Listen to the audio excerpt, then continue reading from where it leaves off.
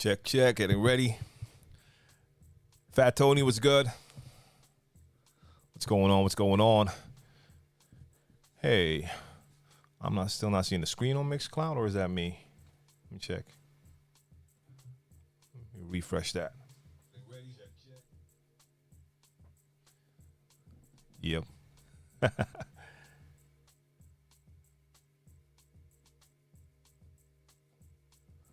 All right, you probably heard me double there. I have to turn my speakers off. KSA, what's going on? Tony Morrison, what's up? What's up? Yeah, we counting down. We almost ready. Let me get my tweet out on so the Twitter stream starts running. Leo, what's good?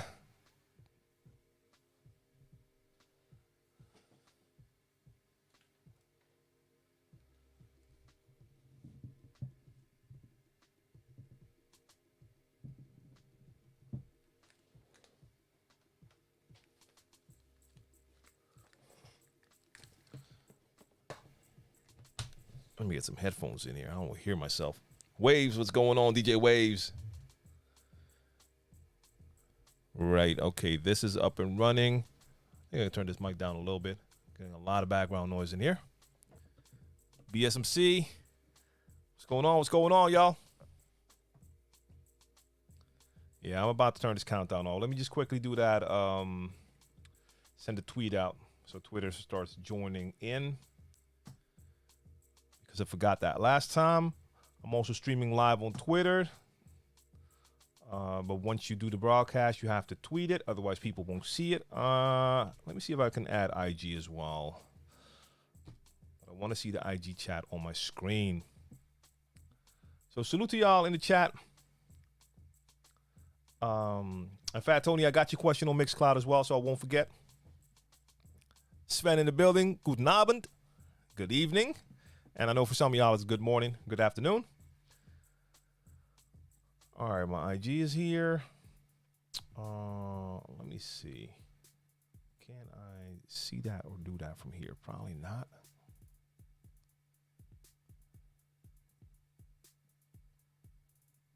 Yeah, no, I can't. I don't know if I want to add IG again. If I'm going to add IG, it's going to be on my iPad. I don't want to stare at that phone again. So, okay, I'm turning this away. I'm going to turn that countdown off because we're here. We're here. We're ready to go. Salute to y'all. Let me see. Yeah, that is right. That is right. Let me get this out the way. I'm going to talk about this in a second. Let me just park that to the side. Let's get these headphones in here. So let me grab that iPad real quick.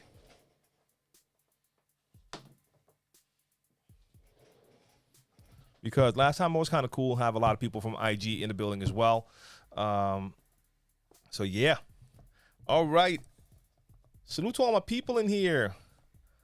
And yes, if people want to ask questions in Dutch, that's perfectly fine as well. That's perfectly fine with me. So let me just quickly set a last thing up. Last time I wanted to do this with IG, and I think I had to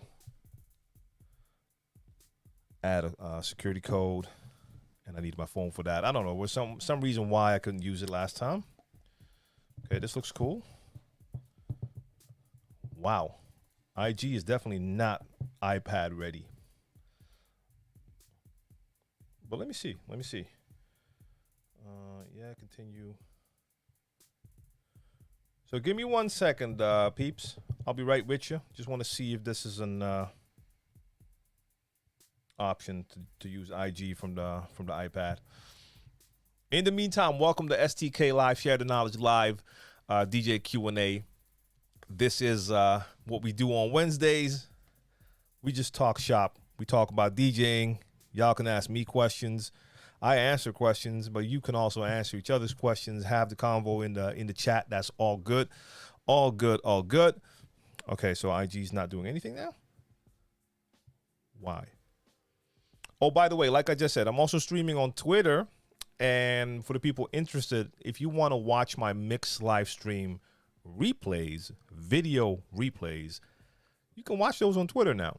So I used to use Periscope. A lot of people weren't using Periscope. I know a lot of people don't check Periscope. Periscope stopped on April 1st. But Periscope, I think, was owned by Twitter. And Twitter basically has a similar live stream option that looks and feels just like Periscope. So I do my mixed streams on Periscope. No copyright issues so far, I guess because no one uses it. But that also means that you can now go to my Twitter, twitter.com/DJ TLM, and I have a pinned tweet on top, and you can see Monday's stream. The entire video stream is right there. So that is pretty dope. Let me try IG one more time. So, okay, here's Instagram. Make it bigger, please. I want a live stream. Can I do that? Yes. I'll allow that. Yes. I'll allow that. Okay, so this might actually work. This might actually work. Okay, I'm just gonna place my iPad right in front of me, and we're gonna see what we can do with that. I might have to move the mic a little bit, otherwise they'll be looking at a mic instead of a face. I should get my other mic stand, actually. Oh, yeah, and I might just unbox something on cam a little bit later in the stream as well. Something that just arrived. It's not DJ gear, but it's podcast / live streaming gear. All right, so live. No. I want to go live. Why is it telling me that I can take a photo? You know what? I'm sticking with y'all. Never mind. Turning this off. Not going to do it.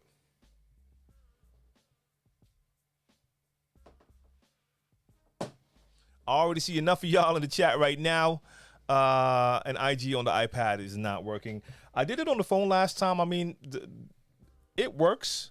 But when I'm already looking at like a monitor right here, you have a bunch of questions here. I mean, I already have to do like a ton of scrolling now because y'all going in.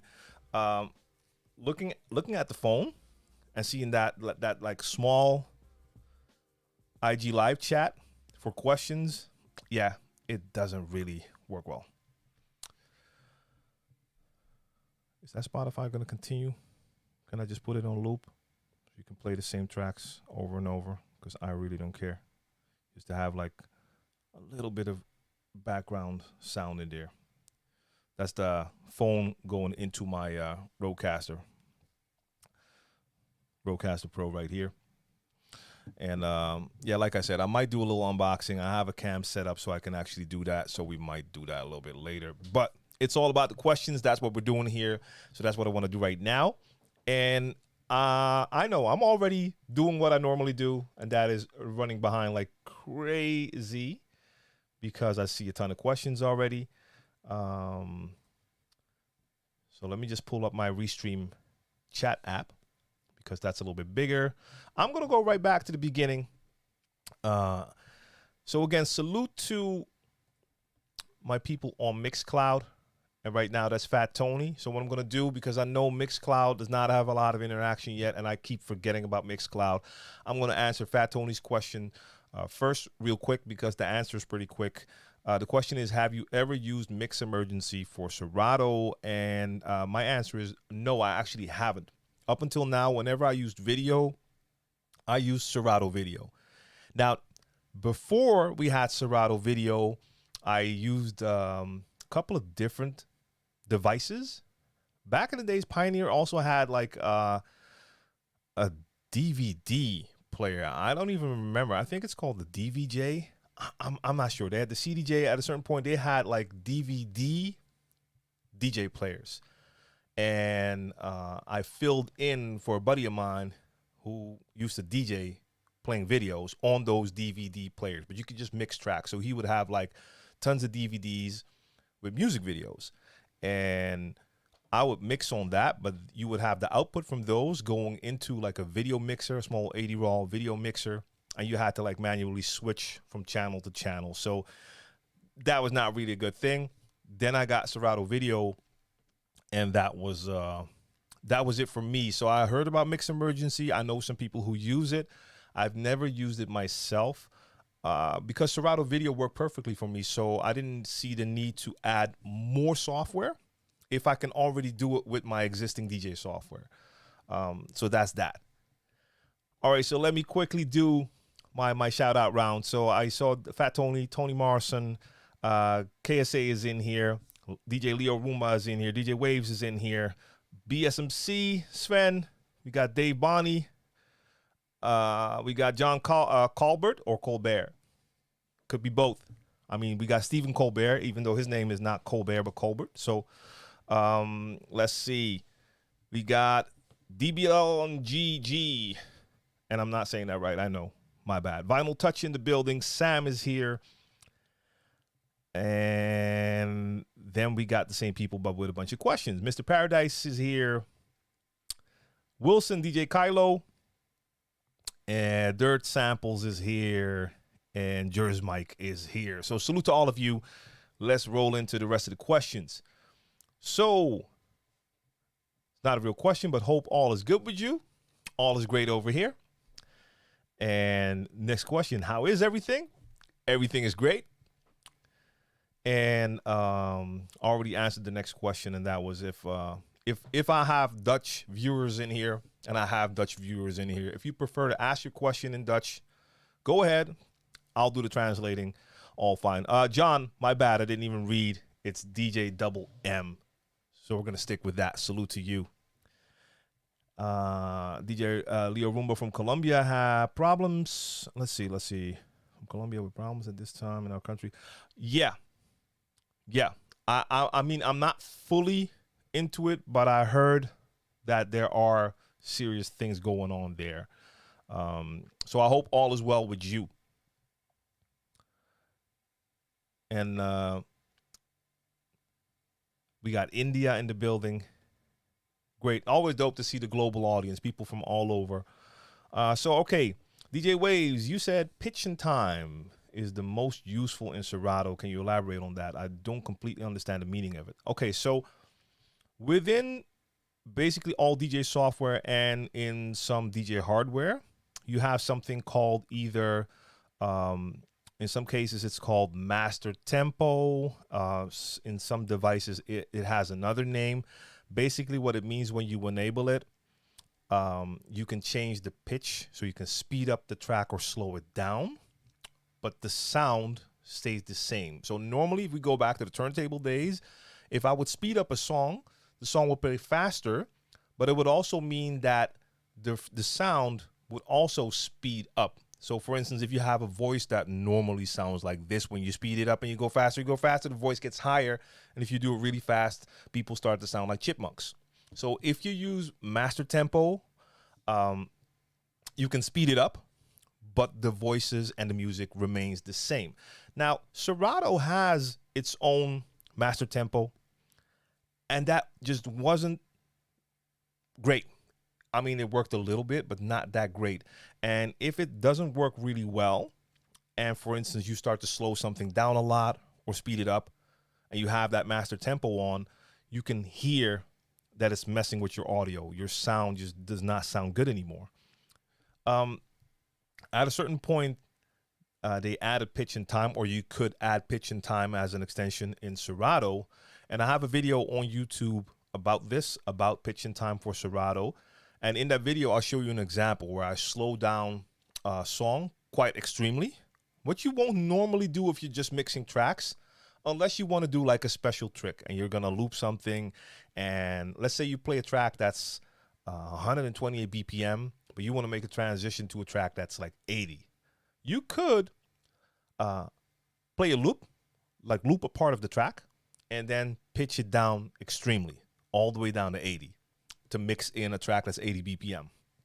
So I show an example where I slow it down, first with Serato's own master tempo, and then I compare how it sounds with pitch and time. And when you use pitch and time's version, it just sounds so much better.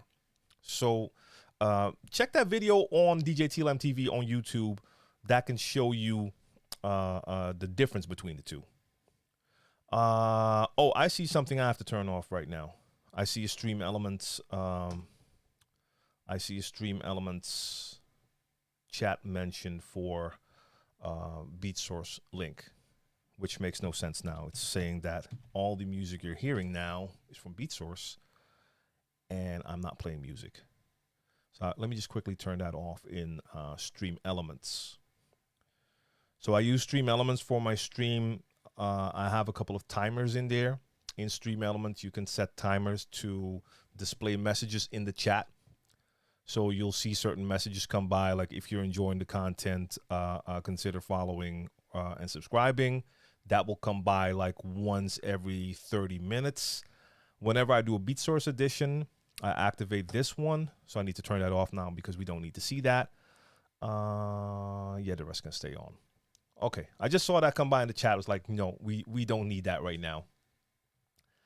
All right, let me continue. Whoa, what happened to my scroll? Scroll. So let's see. Sven had a question here. I'm practicing the following pattern. I hope that was clear, by the way, about pitch and time. So check out that video on YouTube. I'm practicing the following pattern. Some chirps, 2 babies in double tempo, chirps again. After the babies, I always lose the rhythm. Any tricks? My best advice is to slow it down. Just do the actual movements you're describing here, but do them really slow. Slow enough that you can actually perform them. Once that works, you start to work your way up and do it faster. So I understand, like chirps, normally you do chirps pretty fast. Slow it down. And then try the pattern that way. Because a lot of times we tend to try to do stuff too fast.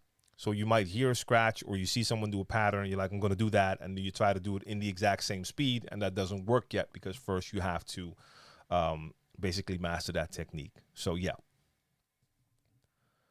that would be my advice. Let's see. All right, Sam has a question. The question is, how do you know where to start the incoming song? Cue point or different method? Well, first off, if you don't know where to start a song, let me put it a different way. I understand what you mean by cue points. I never use cue points that way, but I know a lot of DJs like to use cue points as markers to show them where they can start a mix or where to go or where to actually go out of a mix. I personally don't do that. For me, it's pretty simple. You have to know the structure of the music you play. So it all depends. I don't know what genres of music you play, but most genres have a similar structure or have a structure within that genre. So within certain house styles, they'll have like an intro, a build up, a drop, breaks down, builds up again. With hip hop and R&B, what I play most of the times, a lot of times you'll start with either like a couple of bars of just the beat, so call that an intro. Then you have a verse where people are singing or rapping. Then you get the chorus, the hook, then another verse. And that is a set structure. So when I'm playing, I know that most of the times I'm going to do my transition during the chorus, during the hook. So if one track is playing and I have the next track ready to go, I wait until I get to the chorus. Now, you need to know your music to know where the chorus begins. I need to know that. So I know the song, so I can wait for the chorus to come. And then where the chorus begins on that one count, where it begins, that's where I bring in the second song. And then I do a transition, work with EQ. And I also need to know when that chorus ends, because that lets me know when I have to make sure I switch my fader or just take it all the way out or whatever I want to do. So knowing your music is very important. So if you're not playing hip hop and R&B, but you're playing certain style of house, same thing. You need to know. Like if you do the transitions on the drop, you bring in a new song, probably not. But if you do that, or if you bring it in after the drop when it goes into a breakdown, whatever you pick, you're going by phrases. So you have to know how the structure of the song works so you can do actual phrase mixing. That's the most important thing. So you learn how to count music. That's all good. But it's more important after that to understand the phrases of the song, so the parts of the song. And you always want to start your transition where a new phrase begins. I hope that clears it up a little bit.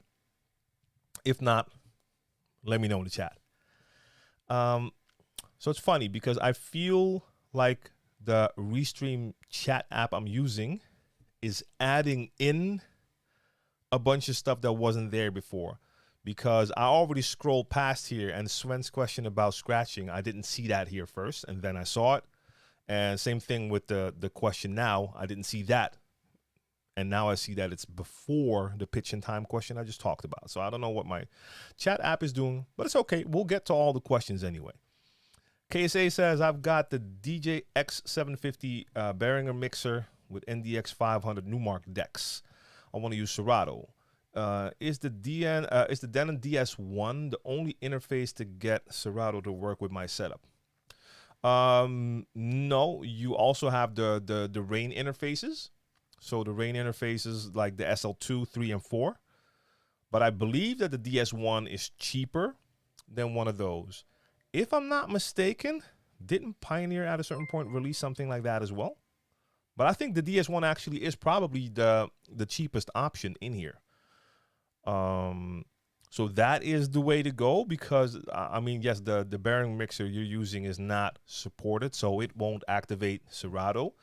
So either you have to switch mixer and go for a compatible mixer, but probably getting a DS1 is the cheapest solution here. Yeah, I think so. Tony Morrison, echo out function on the DDJ SZ. How do you enable this function? I do not know. I honestly can't tell you. I had the SZ here when before it first came out. That's when I did an initial first look, and after that I did a review video. That is a long time ago, and I don't have the SZ, so I really couldn't tell you.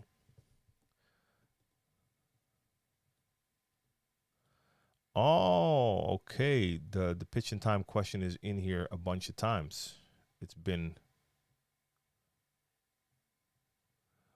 Oh no, Waves, you actually entered it a couple of times. The second one has more info in here. Pitch and time, most useful in Serato. Elaborate. I don't completely understand the purpose. Try using it.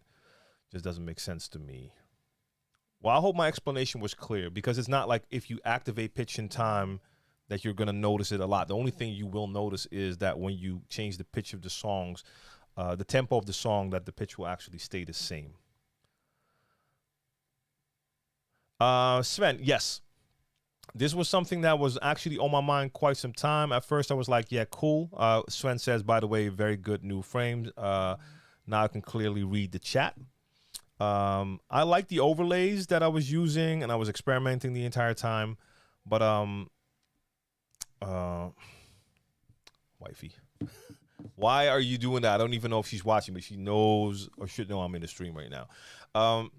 The thing that was bothering me was that, yes, when you saw the chat on my screens, on my streams, it was going over stuff.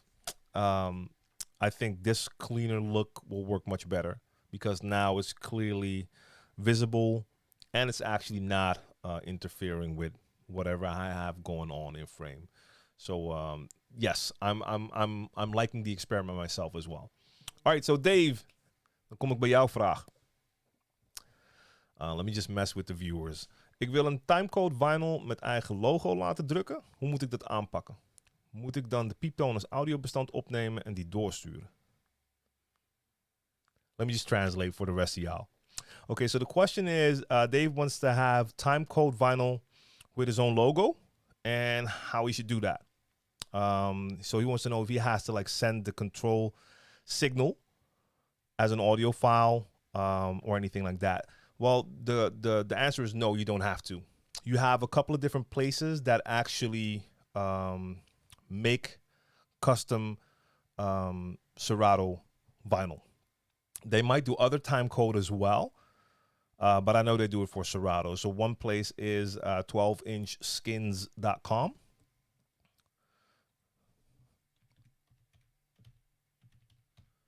I'm writing it in the chat now without the .com. A 12-inch skins is how you write it. They normally have that custom vinyl. So you Timecode vinyl for Serato, and you can just upload your logo, and they can press that for you.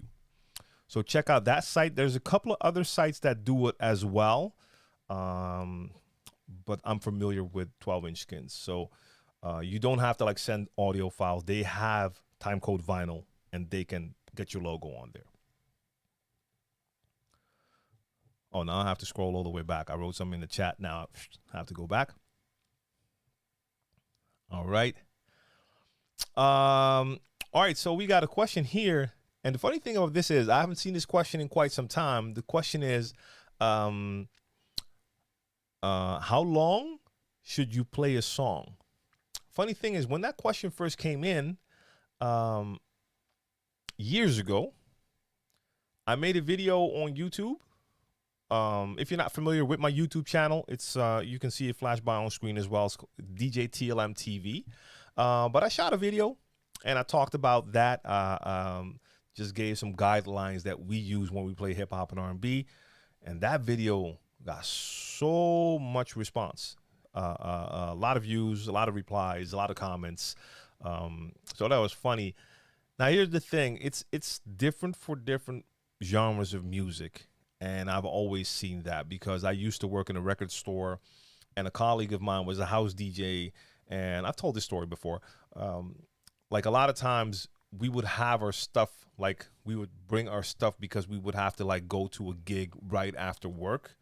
And I would have like 2 or 3 crates filled with vinyl. This is still the vinyl time. He had like 1 record bag.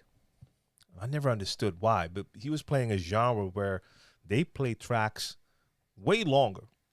They'll play the track quite a long time. They do long transitions where they'll have 2 tracks playing together for like a minute or minutes, really, while they're blending, working the EQ effects. Like it's really all about like sculpting the sound, compared to where I'm playing hip hop and R&B, where we play songs. We don't play songs that long, so we need a lot more music. Now, normally, and this is not a set in stone answer. It's just like a guideline that I follow if I'm playing during the warm up. So it's the earlier time of the event, and I'm there to set the mood, create some sort of ambiance. I'm not in a hype mood, so I'm playing songs a little bit longer. And with hip hop and R&B, in my case, that would mean I would most likely play songs for 2 verses, 2 choruses. I can't tell you how long that is in minutes, but it's going to be like probably between probably 2 minutes, 2.5 minutes, something like that. Once I get to a more prime time part of the evening and the energy is up, we start to play faster. And a lot of times I will go to playing tracks for just 1 verse, 1 chorus, and then move it on. But it depends. If I'm playing a track and I can tell that the entire crowd is really into it, singing every word of the song along, I'm not going to take it out too fast. I might leave in an extra verse because I can tell, like, hey, they're really into it. So it's also about reading your crowd. At a certain point, a lot of DJs started actually going a little bit too fast. And now I see DJs do stuff that makes no sense to me. They'll play songs for 20 seconds. They'll play like the intro of the song, and after like 8 bars, they're out and they go into a next song, and they do that for a couple of songs. Maybe they feel that brings more energy. But to me, that never made too much sense unless I'm doing like a routine or something like that. But those are things you take into consideration. What time are you playing? So if you're playing during a time that it's all mellow, it doesn't really make sense to go through songs fast, so you have more time. When it gets more hype, you might want to switch tracks a little bit faster. But again, it depends on the genres as well. And I don't want to speak about other genres. I play hip hop, R&B, dancehall, stuff like that. We do transition a little bit faster.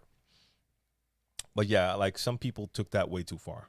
You got to give people a chance to enjoy a song at least a little bit. And if you play a song for 20 seconds, they'll hear it. And I could see like a DJ would bring in a song, and you could tell like the crowd reacted to it. Like, ready, going, 20 seconds in, next song. Now, the next song was also a hit, so the crowd would still react. But I'm like, I don't know. That's a waste of a song to me. If you play for 20 seconds, you never gave that song or the crowd a chance to enjoy that song. But again, no rules there. Let's see. What are the most common settings as far as echo out and break while mixing? I've seen a lot of DJs use them when mixing to another genre of music. Just your thoughts on what you feel comfortable with and what you think we should be using while DJing. Use at your own discretion. That is what I would say. I'm not a big echo effect guy. First off, I don't use a lot of stuff. I use an echo. I have an echo on a lot of times when I do like scratches, but it's quite subtle. So it's not like a heavy echo effect. Again, this is something where there's no rules and you have to decide what works. Now, echoing something out to go to a totally different genre of music, then I would have the echo on more clearly so people can really hear it. But I'm not really the person to talk about that.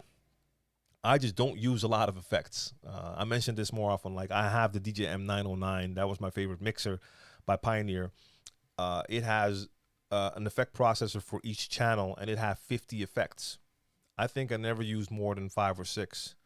And from those 5 or 6, I probably used like 2 all the time, and the rest like hardly ever. So I'm just not really into that. I spend too much time on other stuff. For me, I'm super basic when it comes to that. I use echo, like a little bit of echo. I use my filter and EQ, and I'm good with that. DJ Kylo. Yeah, I saw you already, by the way. Let's see. Dirt Sample says, I have only one turntable in my set. I should put it in the right or left of the mixer for scratching. So that depends on what's more comfortable for you. A lot of DJs have like a favorite side or preferred side for their scratch performances. So which side is that for you? Like I do different scratches with both hands. So I can work with both decks. If I would have one deck, I would probably choose the side that I feel most comfortable with scratching. I guess that would still be my right side, even though I would really miss out on the scratches I do on the left. But some people do everything on the left side. So that's not for me to tell you. If you have one turntable, try it out on both sides and see where you feel most comfortable scratching, and just take that side.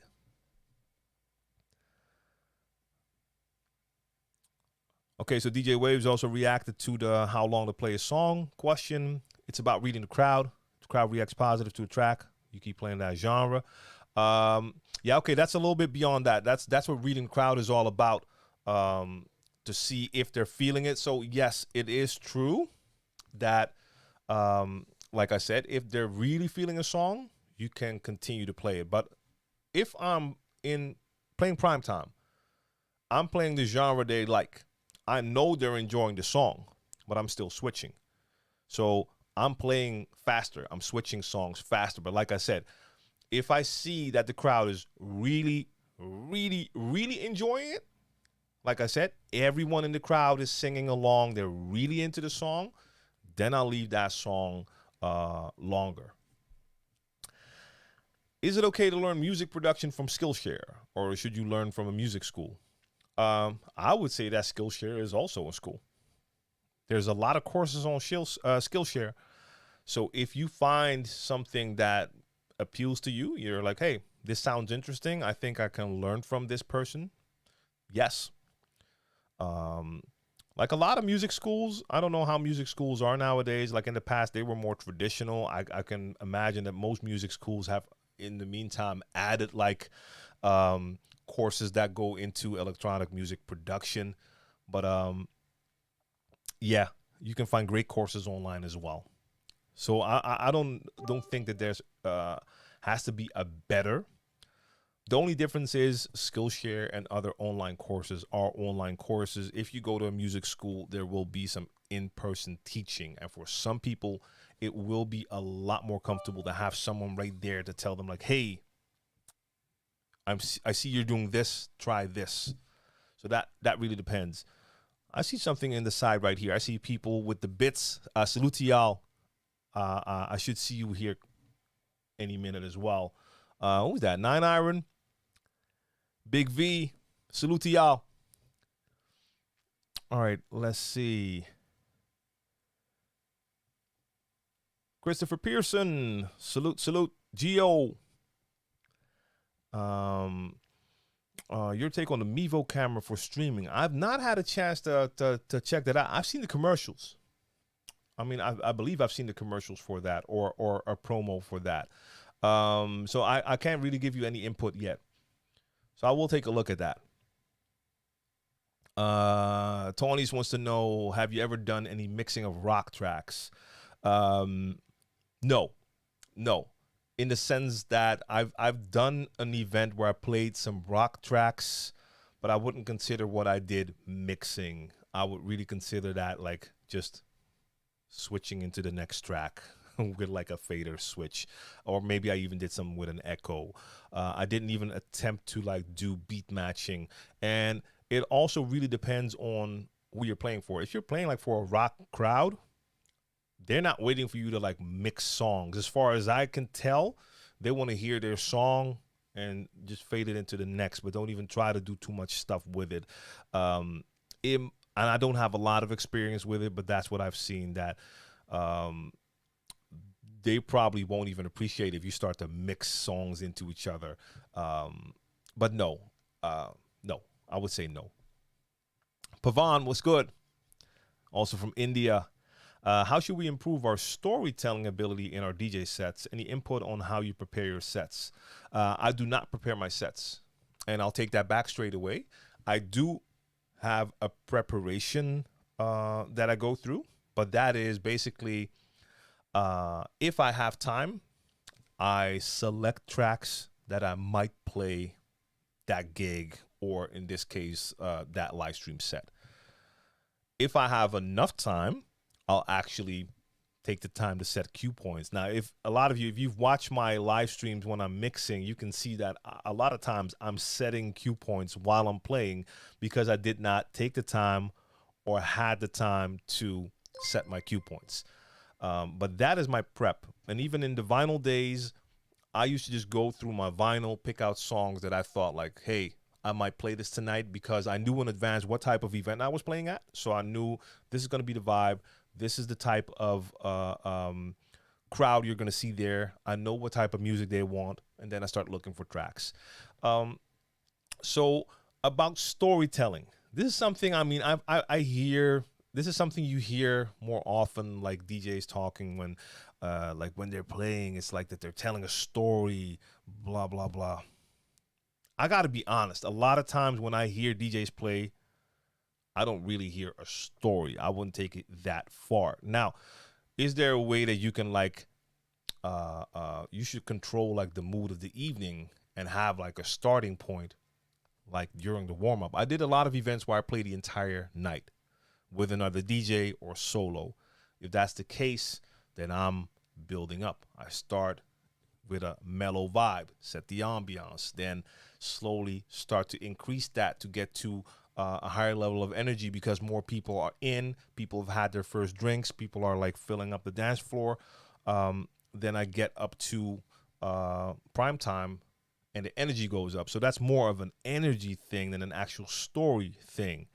So yes, again, I see something in the side right here, more of a journey than a story. I agree. You take people on a journey, and I feel that has more to do with energy than anything else.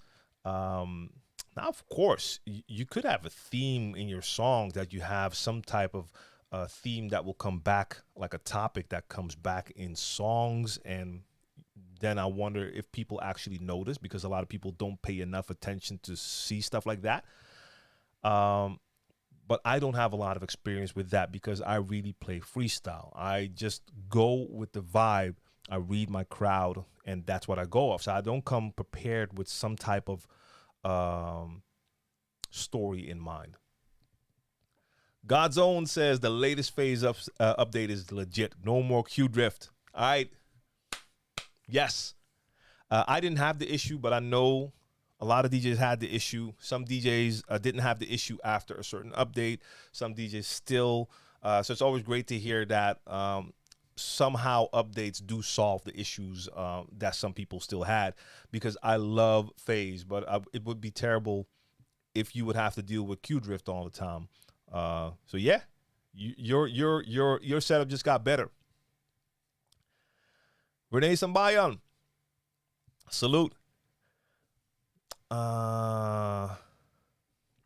Swen wants to know, do you know Freak It by Latun or Lathun? What type of genre is this? Ooh, no, I would have to like look that song up and hear it, because I have no idea.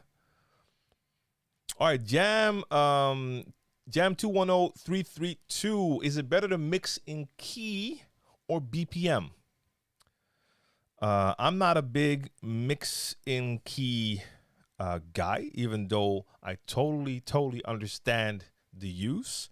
And I believe 1000% that if you mix according to key, you can come up with mixes that will just sound better. BPM is more a thing that I like. If I'm in a certain vibe, then I like to sort by BPM, because then I'll find songs that will fit, that are in the same BPM range, instead of sorting by key, because in that case, the BPM could be all over the place. The best would be a combo of both. So sorting by BPM and then seeing if you can also match the key or come close with key. And yes, indeed, master tempo is also called key lock. I think in Serato is probably actually called key lock, and master tempo is more a pioneer thing. Going back to the other topic, I just see that right here. Just to let y'all know, it's now 8:49 here, and I'm currently reading the chat at 8:22. Yep. Okay, so if I haven't gotten to you yet, it's because I'm running behind again. Amadou says mixing in key is better than BPM. So yeah, I would say that's a personal preference thing, because right after that, Big Strawberry says BPM is better. So this is not about best, it's about what works for you. I'd rather sort by BPM, because at the end of the day, if I'm doing transitions, I'm beat matching, so tempo is what I'm looking at more. But then on top of that, if you can have something that also matches key wise, you're gonna end up with better sounding transitions. Now I've been lucky enough that I can, to a certain degree, hear if songs are clashing or not. I know when I'm mixing songs that I don't know that well. So for instance, this Monday, I played a lot of new songs that I didn't know that well. And in that case, I should have paid more attention to key, because with some transitions, I could hear like, I can hear certain instruments are kind of clashing. Not dramatically, but I could tell like, if the keys would match, it would sound so much better. So yeah, you gotta work with what works for you. And Amadou says sometimes your ear is the best to judge this, and I would say your ear is always it's a plus if you have that hearing. So like I said, luckily I can notice that. I've also played and worked with DJs who clearly don't hear it. Like I've done mix projects with DJs, and they'll send in their part of a mix, and then I'm hearing like clashing bass lines that just make you say like, ugh, and not like the stank face like, ooh, but like, ugh, not good, you know? And that DJ clearly did not hear it. Or I could hear like someone taking an acapella of someone singing. putting it over a beat, and the beat is in a totally different key. If you play those together, now the singing sounds totally off, as if the singer doesn't know what they're doing. So yeah. Do you use the Camelot wheel? I do not use it. Yes, in my DJ software, I have my key set to Camelot. So the Camelot wheel is the way I do display my keys. Yes. Just got started on Twitch. I use the DJ SB3. Is it bad for my image to use an entry-level controller on my stream? Don't worry about what people think. Just do you. This is your controller. Go for it. At a certain point, if you feel you need to upgrade, you will upgrade. If you don't feel you need to upgrade, then don't upgrade. If you would have to wait, or if all of us would have to wait until we have pro equipment before we could start streaming, that would be a major loss. Look, I live stream with a lot of different gear. I have my turntable setups, using them with Phase. I've played with Rain 12s. I have controllers. I've done one of my live streams with just an iPad, sitting behind a desk. I think I saw like 1 or 2 comments of people like, DJ sitting, blah, blah, blah. I don't care. I don't care. The rest of the people enjoyed the stream. I had a lot of fun doing it. It is what it is. No. If someone comes out with a DJ SB3 and they deliver a dope set, I'm like, yeah, dope. The last thing I'm going to judge the DJ on is like the equipment, because I've seen DJs on the most pro gear deliver the most booty sets ever. Like terrible sets. So the equipment, that doesn't mean a lot to most. You will have people that will judge you. You should not care at all about those people's opinions at all. At all. Thoughts on Rekordbox or Serato? Both are absolutely great. Serato has been my main DJ software for the longest time, but I also use Rekordbox. I have had Rekordbox for a long time because I do sets with CDJs, mostly when I do performances with Brainpower, the MC out of Amsterdam I work with. If we do club sets, so we come in to do like a 20-30 minute performance in a club. Here in the Netherlands, a lot of clubs, a lot of DJs play on CDJs.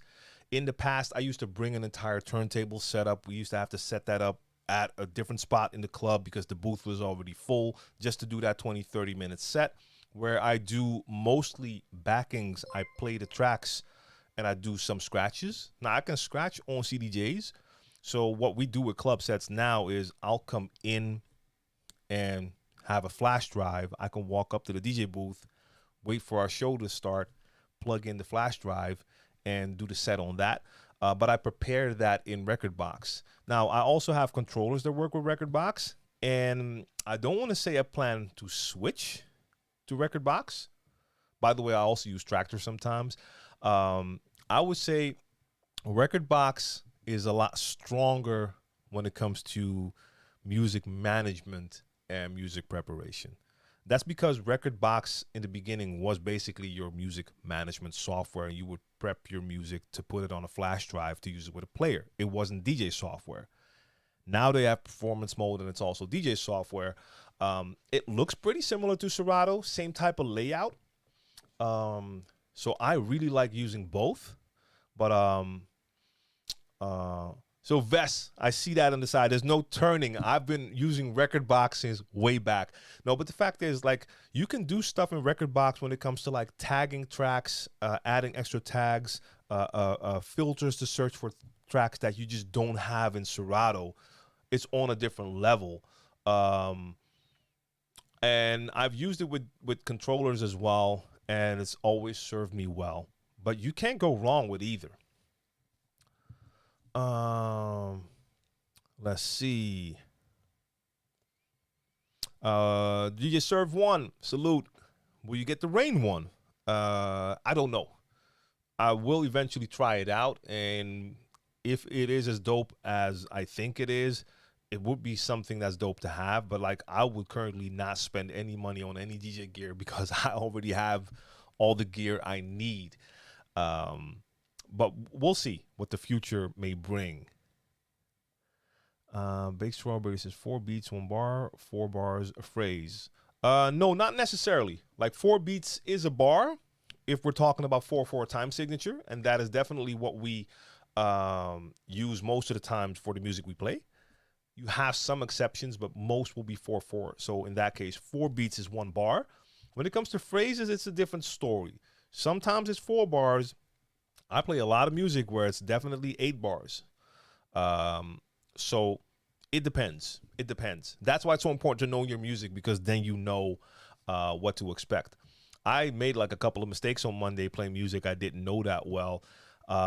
I thought one intro had like a pre-count that was like 2 counts, turned out to be 4 counts. I played one transition where I thought it would be an 8-bar hook, like a full phrase, and it was like a 4-bar hook. So yeah, that's why you need to know your music. Let's see. All right, so Big V, that's a cool question. Do you follow the rule where you do not pitch it up more than 5 or pitch it down more than 5? Going back to the vinyl days, when we did not have key lock and master tempo, like I explained in the beginning, if you speed up your track, everything goes up in pitch. So a voice will get higher, and some people would say like, hey, don't pitch it up, don't speed it up more than 5%. Because it will sound too fast. Don't slow it down more than 5%. I did not follow that rule. I was probably even more strict than that. I would try to stay away from turning down the tempo, making a track slower, because I hated the way that sounded. I think my most extreme slowdown would most of the times be like -1, -1.5 if I needed to. And when it came to plus, for a long time, I probably didn't go past 2.5, 3, because otherwise I already thought that it sounded too different. Later on, I might have sped it up a little bit more. And now that I'm using like key lock and master tempo a lot of times, I don't pay a lot of attention to it anymore, because that gives you that extra freedom. I love that. So I love the fact that now, with like hardware and certain DJ software, using master tempo, if it works well. So if I'm using hardware, I can use master tempo on CDJs. If I'm using Serato, my key lock with pitch and time, that works well. Yeah, it gives me the option to indeed go to a +5 or a -3 to make a transition. But somehow still, even then, after my transition, I still try to bring it back or bring it up to a normal pitch, because you have to keep one thing in mind. If you're using master tempo or key lock, yes, you can speed it up more, slow it down more, and it won't affect the pitch. But keep in mind that changing the tempo will affect the swing of a track. If you have a drum pattern and that drum pattern has a certain swing to it, if you speed it up 5, the swing starts to change. And I've heard a lot of DJs, especially here in the Netherlands, where we have the CDJs, they rule. A lot of DJs use that. They all use master tempo. They go absolutely bonkers with the pitch. And I've heard so many songs where they're going +8 or more. And yes, the pitch is still the same, but now you can just tell like the entire swing of the drums is messed up. I come from a drumming background. I feel that in my bones. Like, the whole swing is gone now. So even if I have to do a more extreme pitch, I only do it during the transition, and then I try to bring it back. Yeah. But that's me. So again, my thoughts on the Rain 1, Surf 1, I have to wait until I tried it. But, I mean, it looks great. And knowing Rain, knowing In Music, knowing that they share the tech with Newmark, same company, coming from an NS7, when I saw that Rain 1, it looked like a modern, smaller version of what I'm used to with the NS7. So, I mean, it looked really dope. I don't think there's a chance that I will not like it. Myrdul, what up? I just started learning DJing. I'm having too much problems getting the songs, like download them. I'm from India, so there are a lot of platforms that don't give full service in the country. In what way don't they give full service, Mirdul? Uh, do you have access, or can you get access to the DJ pools? So is there if you can get access to the internet and get to DJ pools, I would suggest you subscribe to one of those DJ pools, and that will provide you with plenty of music for a low monthly fee. So that is your best option. So something like DJ City, just check that out. See if you can access that. And that will be a great option, I would say. Oh, I see something in my screen here. Look, so for those watching, I have my restream chat in the middle. That's what I'm looking at. But in the side, I see what's going on right here on screen in real time. So I'm not there yet, but I see something. I see someone say download on YouTube MP3. I don't ever want to see that in the chat again. Do not download your music from YouTube. Please, DJs, do not download your music from YouTube. That's terrible. This has nothing to do with legal, illegal. We're talking about just quality of the files. I mean, subscribing to a DJ pool is so affordable compared to buying all of your music, and that way you can get quality tracks. Yeah. Okay. Let me go back to where we were. I just saw that in the side right here. Now I see someone say Vimeo. Yo, come on, stop it. All right, so Big V answered the question about the SZ. To use the echo out on the SZ, you have to use the Serato effect because the SZ is no post fader echo. Didn't they change that? Didn't they do a firmware update at a certain point that added the post fader? Because I know the SZ2 came out that had post fader, and when I did a review for that, someone said that there was an update for the SZ to also make it post fader. But I mean, I'm not sure. All right, Final Touch says. Did you see Virtual DJ's 3 new features? No, not yet. Hashtags, quick filters, Rekordbox CDJ export. Oh, okay. No, I saw Mixmaster G showed that the CDJ export has shift issues for MP3. Hashtags and quick filters are a game changer to me. It's like the Rekordbox tags. Okay, dope. No, I haven't seen that yet, but yes, that's what I really like about Rekordbox, the fact you can make your own tags. So if they have hashtags that basically do the same thing as tags, then that's dope. But then they will have to fix that CDJ export thing. I wonder if they can get that to work, if Pioneer is okay with that. But yeah, I need to check that out. Let's see. Art of PHN is here. Salute. Let's see. Do you feel the need to do at least one DJ trick per song to sort of put your personal touch, not just be a jukebox? Do I feel the need? Yes, I feel the need, and no, totally not to put my personal touch on it. It's just because I love doing it so much. So of course, that makes it a personal touch because everyone does their tricks probably in their own way. But no, I mean, it's not like I tell myself, like, okay, the song is in, now I have to do something with it. So no, not at all. But I do it a lot just because it is a lot of fun. So if I bring in a new track and I have the chance to do my instant double, load it onto the other deck and like do a quick chase or just something, I'll always do it. And sometimes I actually tell myself like, yo, chill. Like, you don't have to do it every song, chill. But I just love doing it. Thoughts on Rekordbox and Serato? I usually use Rekordbox.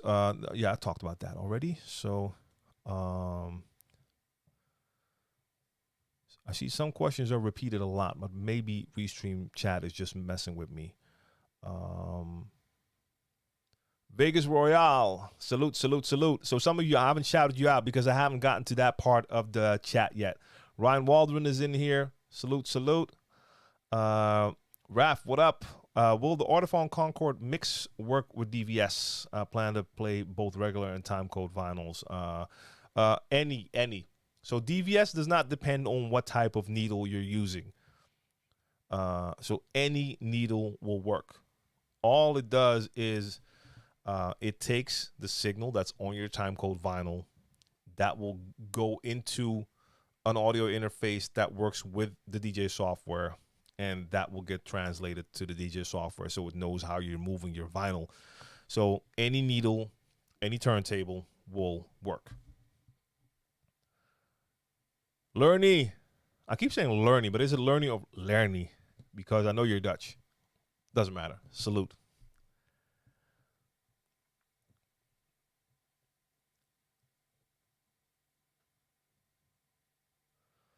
Okay, so Vess actually says that the mix will work, but digital gives a better experience. That is definitely possible. That it will give get the signal through better. Felix Davis, peace. Ryan says, how do you know you're ready to go into clubs and bars? Yeah, how do you know if you're ready? I mean, first off, I would say you would have to feel that you master the techniques, the basics, so you can mix songs, know how to work your EQ, have it sounding good, you know your music, and you know how to play for people. So you have to find a way to experience playing for people, because practicing in your room and playing in a club, that's a world apart. So you have to find a way to practice for people. God's Own, I appreciate that subscription. I see that. Salute. So yeah, for some people, it just happens before they even know they're ready, because all of a sudden they get the opportunity to go play somewhere. And if they feel confident enough, they'll go do it. So it's going to be different for everyone. Some people might be ready now, but they just have a lot of doubts because they overall just have doubts about everything. So they kind of lack confidence. If that's the case, then maybe they wait too long. But just know, like I said, you have to at least master the basics when it comes to the techniques, and know your music, and try to get some experience playing in front of people. So that doesn't have to be clubs. That could be like a birthday party and stuff like that, you know? But learn how to play for people, because that's a different thing. Learning how to read a crowd is not something you can do at home. All right. Let's see. Fly DJ Eli, what's up? With Beat Source, do you experience reanalyzing the track with every load in? Oh, good question. I'm not sure. I'm not sure. I'm gonna, while we continue, I'm gonna open Serato in the background to take a look at that real quick. MIC in the building. I thought I saw you, but it came by too fast. And like I said, I'm running way behind in my Restream app. Let me just quickly check if that, hold up. Quickly check if that didn't affect my audio. No, okay, I'm still good. Serato. So guys, you won't be able to see this. Oh, actually, let's just do that. Let's just make sure y'all can see this. Let me fix that real quick. So we take a quick look at that. Okay, you are actually already seeing it. I don't know why that happened. That wasn't even supposed to happen. But you already see Serato. Okay. Where's that window? Where are you, Serato? Is this you? No, that's not you. Where's my Serato window? That's you. Okay. Okay, this won't fit the screen. Doesn't have to. This is enough. Okay. So you can see what I'm doing right now. That's cool. Let me move my chat to the side so I can actually see y'all. Okay, so Serato, I'm going into this crate right here. This is a song that I already played. Boom. Let's see. There you go. So that remembers. I didn't play this one. I don't see a lot of difference in time either. Let's bring Go Big back. Bang. Straight there. Bring that Isla track back. Bang. Okay. I think that answers the question. So yeah, basically that first time it kind of analyzes it really fast. The second time it just showed up straight away. Cool. Let's see. I want to learn some terminology and basics of the music. Please do guide me in the right direction. I want to get my fundamentals solid so that I won't, so I would know what I would be doing. Now, to be honest, I knew what I was doing before I knew any of the terminology. I learned the terminology when I wanted to start making videos to explain how everything works. Now, my drumming background helped me because I had an understanding of rhythm. But when I taught myself how to DJ, I had never heard of beats, bars, or phrases. Never. I knew about time signature from drumming, but like I never heard that terminology. Now, of course, my drumming lessons were in Dutch, so I've heard about measures, and measures is the same thing as bars, but I did not pay attention to that in DJing as knowing the terminology. So saying that, I mean, it's not the most important thing. Now, when it comes to the terminology and the basics of music, I think knowing how to count music is the number one thing you should know, you should learn when you want to learn how to DJ. With me, it didn't go that way because I was drumming before I DJed. So that already taught me how to count music. But if you haven't had that background, learn how to count music, because once you know how to count music and you understand beats, bars, and phrases, then you start to see how songs work. You can start to take a look at the structure. Like, hey, this song starts with this part right here. Oh, okay, I can count that part. It's that long. Then it goes into something where music is added. Okay, that's a new phrase. Oh, it's the same length as that one? Okay. And then something changes again. I mean, those basics alone take you a long, long way. If you haven't checked on my YouTube channel, I see you're on YouTube right now, just check my mix tutorial series with those first couple of videos, and those will help you not just for DJing, but just for music in general.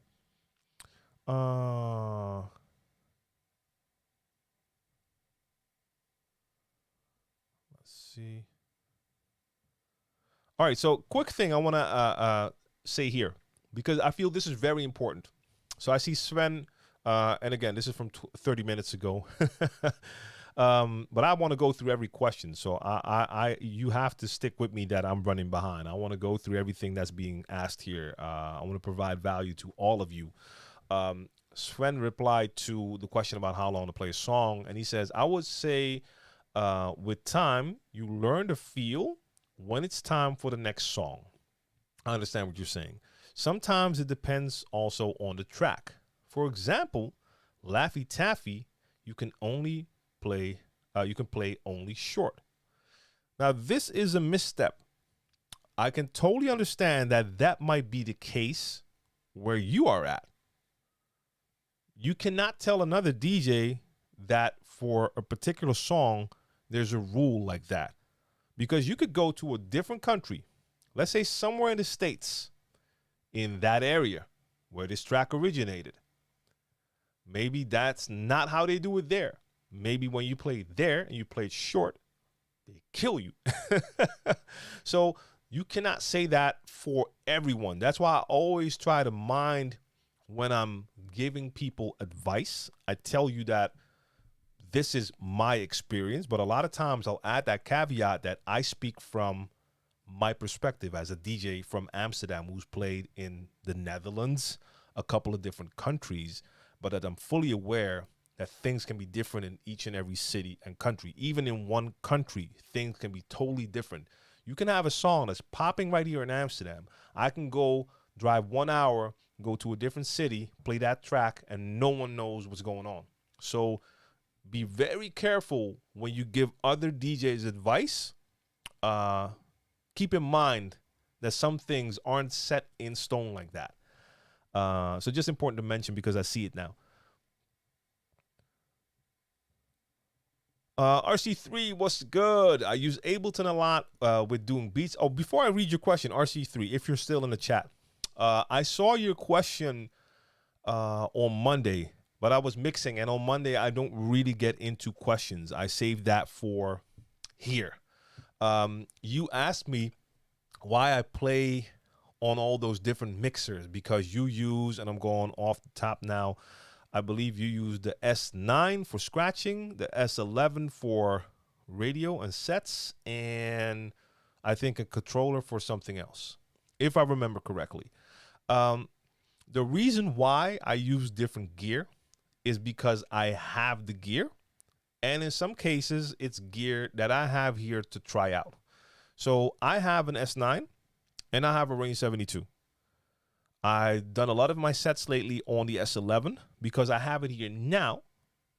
That's going back at a certain point. Same with the S7. I have an S7 here now. That's also going back.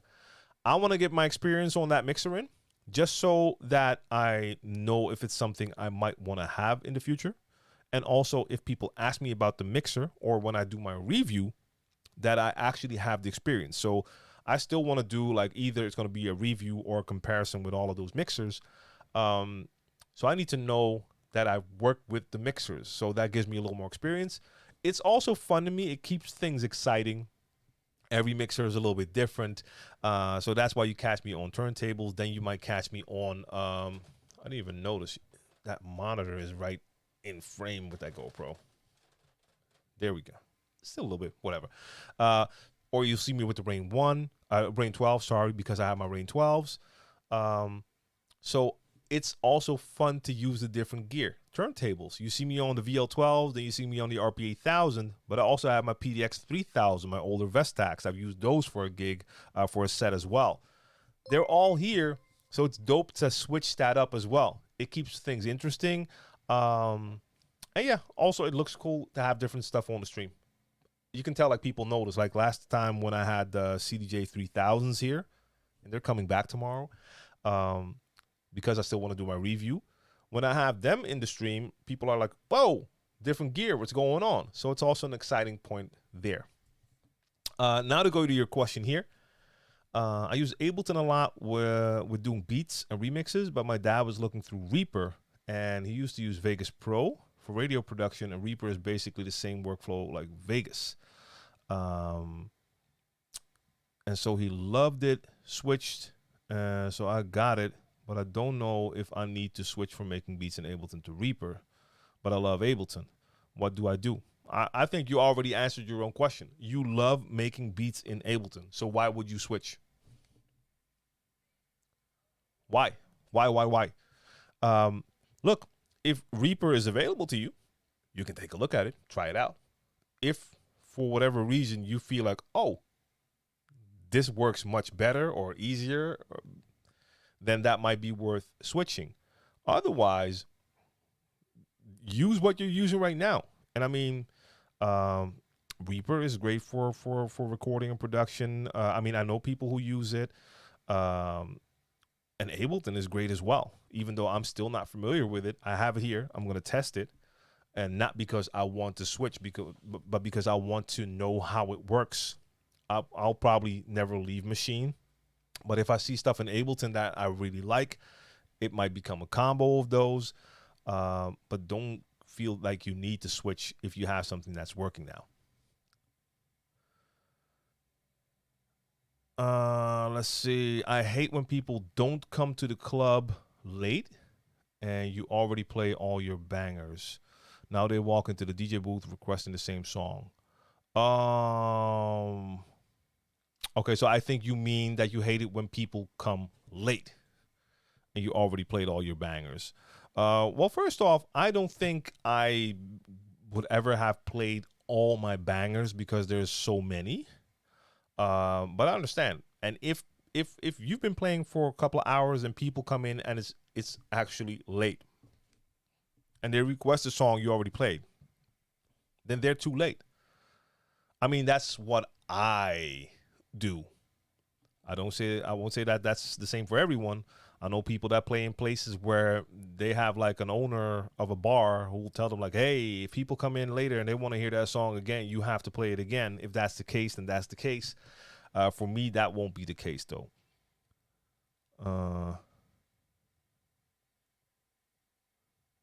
See, this is what I don't understand. Now I'm scrolling. How can I see George Mike's question about the Mevo Cam again now?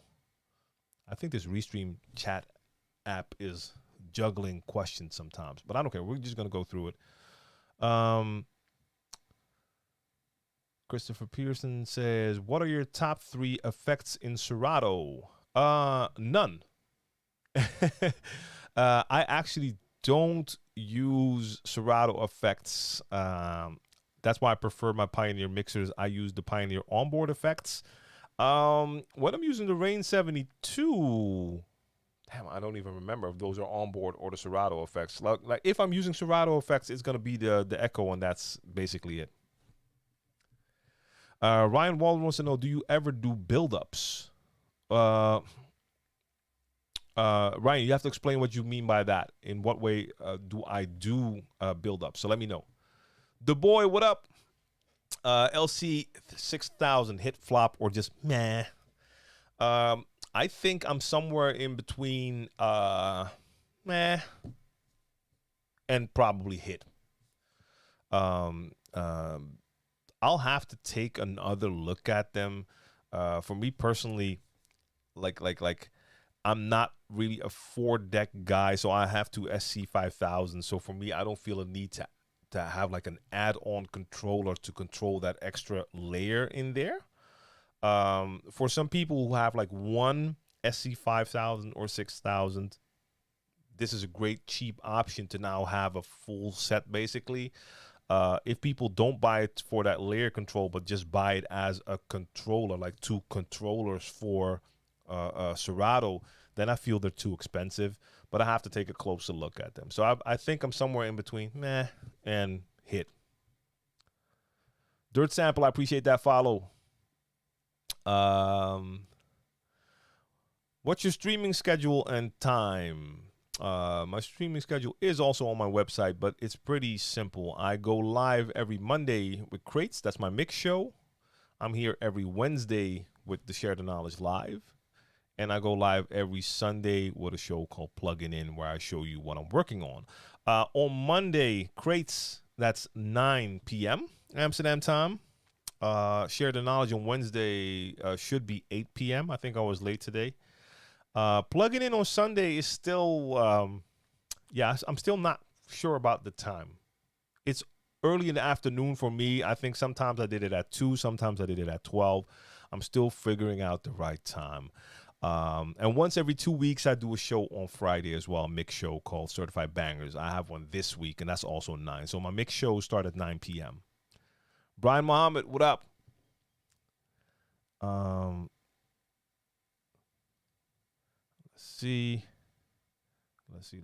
see. So again, for my people in the chat, if you ask a question, I haven't gotten there yet. I should still get to you, because as you can tell, I'm spending all the time answering questions, and I'm just going through them one at a time. So I should run into your questions sooner or later.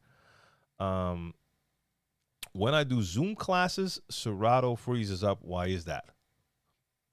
I don't know. I don't know. Maybe your computer cannot handle doing those things at the same time. That's like a troubleshooting question I honestly can't answer for you. Even if you give me all the specifics about exactly what gear you're using and what you have on, I don't know if I could answer that. Not sure. Dimitri in the building. What up? How would you go about switching from EDM to rap? How many songs would you usually play in each genre? I'm playing for 2 different audiences. So this for me falls in the same category as a question like, how long should you play a song? No, not even. With how long I play a song, I do have guidelines. I have no guidelines at all when it comes to how many songs I play per genre. Now, here's the thing, like hip hop and R&B are my main genres. So those will be played most of my sets. If I have extras that I play, so for instance, dancehall, that's something I will play in short portions because it's an extra. So I have my main meal. That's going to be what I'm serving. The main meal is hip hop R&B. And then I have some extra ingredients that add a little extra flavor. So I'll play like a short dancehall set. Now, how short or how long it actually will be will depend on the crowd's reaction. If I bring in a dancehall track and I can tell like, okay, this crowd is not really into that, then it's probably going to be like 2-3 songs, 5 minutes set, and I'm gone. If I see that they're really into it, then that will turn into probably like 10 to 15 minutes, just depending on the vibe, and then I'll switch it back. And I do that with more genres that I have as extras. Now, if I would have to play at a place where you have to play two different audiences, so you're playing at a spot where you're gonna have basically two groups. One group is EDM, one group is rap. Whew. I would sincerely hope that there's gonna be at least a little bit of a cross contamination there, where some of the EDM crowd also likes rap and some of the rap crowd also likes EDM, because I've done an event where it was clear that I was dealing with a couple of different groups and every group basically only liked one thing. That's a horrible way to play, because then you're really serving like portions of your audience at a time, and that's I hated that. And switching between EDM and rap, yeah, I mean, BPM wise, you're in a different zone right there. So I would not switch it too soon, because it's not like it's going to be a lot of mixing. You're going to have to find a different way to do a transition, like echo and go to a different genre. But you don't want to do something like that every couple of tracks, because EDM has a certain vibe, totally different than rap. So I don't think you want to have that crowd go up and down in vibes like that all the time. It's a hard one. I can't really answer that specifically for you. Johans Mitchell, what's going on? DJ Radical, I see you. What up? What up? What camera am I using to stream right now?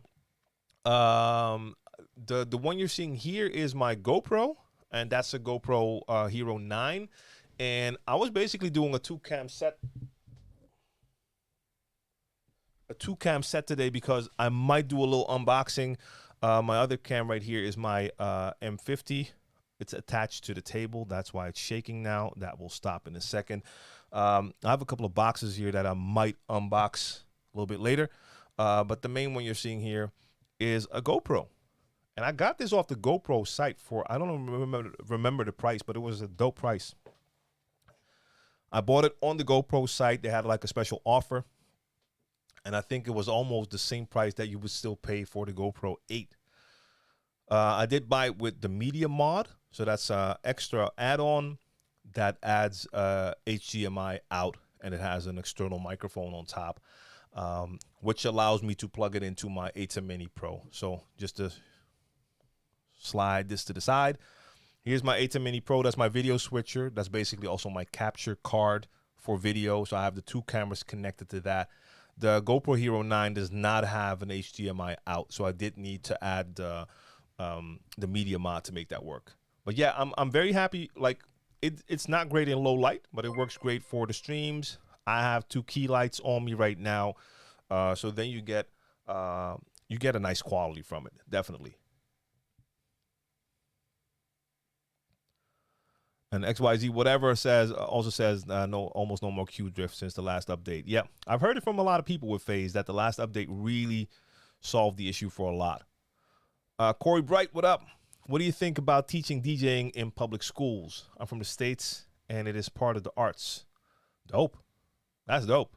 That's really dope. I mean, compared to how music lessons in the past were, like way back, like I remember, like in elementary school or probably a little bit later, like there was not a lot going on when it came to like your music lessons. And then in high school, you would like sing songs with the class. You would learn like to sing Beatles songs or whatever, like not really interesting. Like over the years, I've seen that grow where Now a lot of schools will have like artists and musicians come in to do workshops, or people actually go out and to a DJ class. So that's dope. That's really dope. So Mridul says, just started learning. Any advice that can set me up good for the journey ahead? I don't have hardware yet. Even the smallest of advice will be appreciated. So if you're just learning how to DJ, and you don't have hardware yet, I think the first thing you should do is get yourself a DJ app for your phone.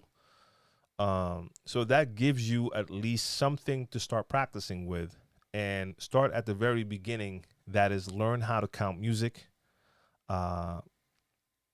and watch my mix tutorial series on YouTube. Not to plug myself, but just if you want a starting point, just get an app on your phone, have some music on the phone, learn how to count music, and just start with the basics. If you find that you enjoy it and you like it, then you find a way to get some hardware. And if you don't have a budget for it, just save up a little bit. And there's even like cheap controllers that can control the software on your phone. I mean, there's options to get started on a very low budget.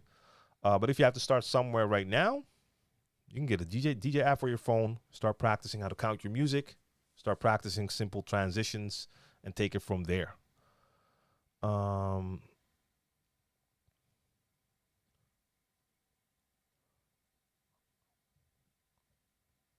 Let's see if I can speed this up. I always say that it never works. See, I'm glad I didn't add IG, because if I had IG live here as well, yeah, that would have been too messy right now. Christopher Pearson, Freaked by Latoon is kind of like a hybrid of R&B and 90s Miami bass, sort of like a similar vibe of Ghost Town DJ's My Boo. Oh, okay, cool. I was gonna look that up actually, but yeah, I don't think I've heard the song. Okay, this is already like close to 40 minutes ago. Miz, what up, man? You're probably long gone by now, but salute anyway. One of the homies from way back. I mean, way back, bro. Going back over 30 freaking years. Time flies, though. Let's see.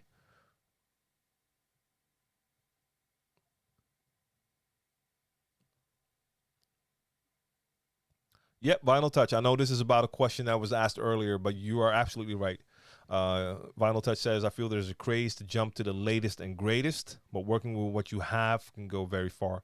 Yeah, and I mean, I fall into that trap as well. And the one thing that always holds me back is budget. I just don't have the money to buy stuff, because I see it every time there's like a new camera, there's new production hardware, there's new DJ hardware, new software, new plugins. There's always something new. It always looks more juicy and always looks so cool. And 85 to 95% of the time, it's not something you need, you know? So it's cool, but it's definitely not necessary. And working with what you have, especially when it's something that does not give you a lot of options, so there's limitations, that also sparks creativity. Because if you have to work with something limited, you have to start thinking of, okay, what can I do? Like, even when it comes to my video production and stuff like that, yes, I have better lights now. I have multiple cameras, you name it. I started out with like a handy cam type camera. I didn't even have like normal tripod, so I had to like get a ladder, then get like a book, put a camera on it, but it had to be in an angle. So I grabbed like a pillow, put that up so it would tilt. You get creative if you don't have stuff, and you learn that way. And once you get a chance to like upgrade stuff, it makes it feel so much better too. So yeah. Let's see.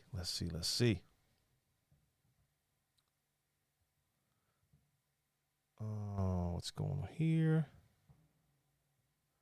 You got the Roland DJ 202? No, I don't have it. No. Someone asked a question, what's Rekordbox? Rekordbox is Pioneer's music management software. You use it to prepare your music to play with Pioneer players like the CDJ series. And in the last couple of years, they've added the DJ software functionality. So now Rekordbox is not only music management software, but it's also DJ software that you can use with like Pioneer controllers. And it's very similar to something like Serato. I'm DJ Fox. I appreciate that follow, by the way.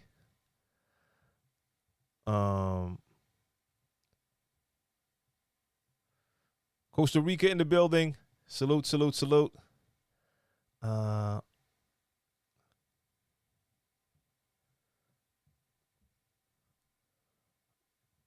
Let's see. Let me see if I can speed something up a bit. Marco Contra in the building. What up? And Charles in the building. It's let's see. I DJ'd vinyl last night for the second time, and I killed it. But I'm definitely not a fan. Do you prefer vinyl or controller? That really depends on the controller. So I like playing with vinyl. I do that once a month here, streaming. But I mean, I will definitely prefer to play with DVS. So I prefer playing with either Timecode vinyl or using phase. Playing with Serato or Rekordbox DJ. There are some controllers that I really like, but I prefer the ones with motorized platters. So my Rain 12s, even back to my NS7, my Tractor S4 Mark III. And normal controllers are cool too. Playing with vinyl is dope. It's dope to do, but you will feel certain limitations that you don't feel playing with DJ software, and it takes more work. It's more work playing with normal vinyl, for sure. What's your opinion on learning scratching on an entry-level controller? I would say you can learn the basics on an entry-level controller. It is pretty hard to learn all of the scratches on there. And yes, you can learn a lot of scratches on controllers, but there's no better learning school than an actual turntable. Not because it's more real. I don't give a damn about that, but it's the feeling. A motorized platter adds something that you can't learn if you're just using a jog wheel. It helped me to get muscle memory, so when I'm playing with even the smallest controller, I still have a certain feeling that makes me understand, like, okay, I moved my hand forward. Now I have to bring the jog back this much, and it allows me to adapt easier, even if it's like a little controller, like an SB2. I did a video with the SB2, and some people like told me like, how can you do it with that? Like, I think learning on a turntable helped me. But if you want to learn basic scratches, you can learn those on any controller for sure. Brian, I've been a DJ for 28 years now. 28, I would say. Yeah. 28 going on 29. Charles says, I don't like to mix into a slower song either unless I drop it on the one and it's a song everyone knows. Yeah, like if the BPMs are too far apart and you don't want to do a transition, dropping it on the one is the way to go. And especially if it's a song everyone knows, then they don't even mind the BPM switch. They'll just react to the new song. So I understand. How do you feel? Lavender Links, what up? How do you feel about playing the same song in multiple sets? I always feel like I need to switch it from stream to stream. I understand. I have the same feeling. Like I'm streaming like once a week and sometimes 2 times a week. I feel there's so much music out there that I try to not play the same song. At least if I'm playing a song this week, I don't want to play it next week. I want to have a little more room between playing it again, especially now with streaming. Like with normal club gigs, yes, there are certain songs that might end up in most of my sets for a period because those are popular songs that you're just going to play more. But with the live streams and with my access to all of my music, I don't need to play the same song because there's so much music out there. So sometimes it might happen. if I'm going and I'm freestyling and I had a crate and I've already played what's in the crate and I'm going to a different crate, maybe I'll run into a track and I'll play it again. If it's a new song, it might happen. If it's like a classic that I already played 1,000 times, I don't need to play it during every stream as well. So I understand 1,000%.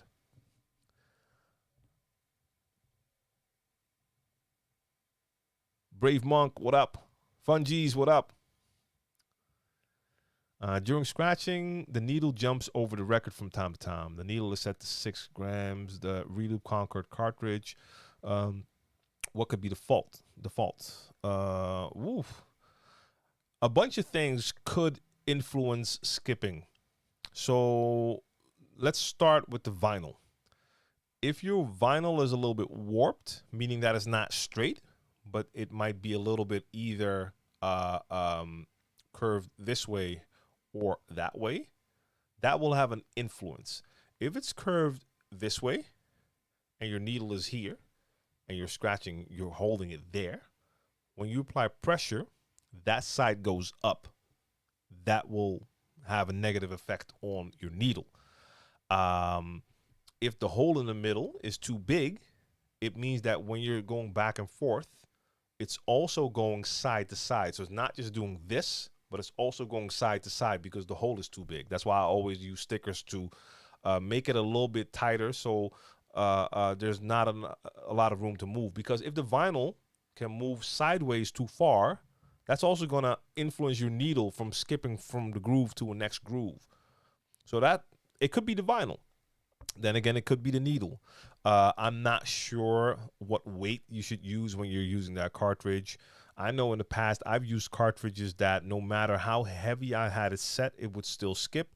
And I would start putting coins on top of the cartridge to make it heavier, which is not really good for your needle, but I didn't care.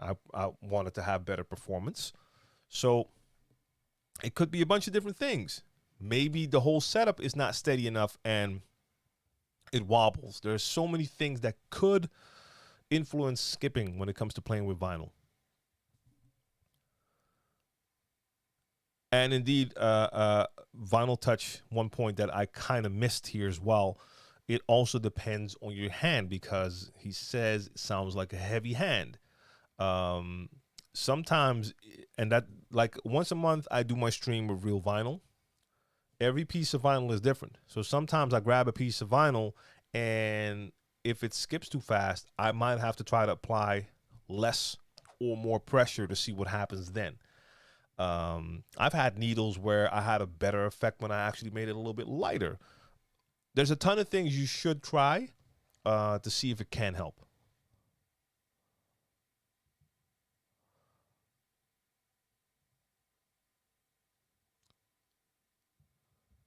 Let's see.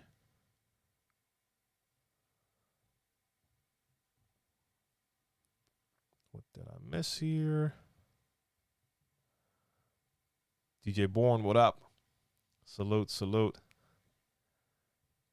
Uh-huh.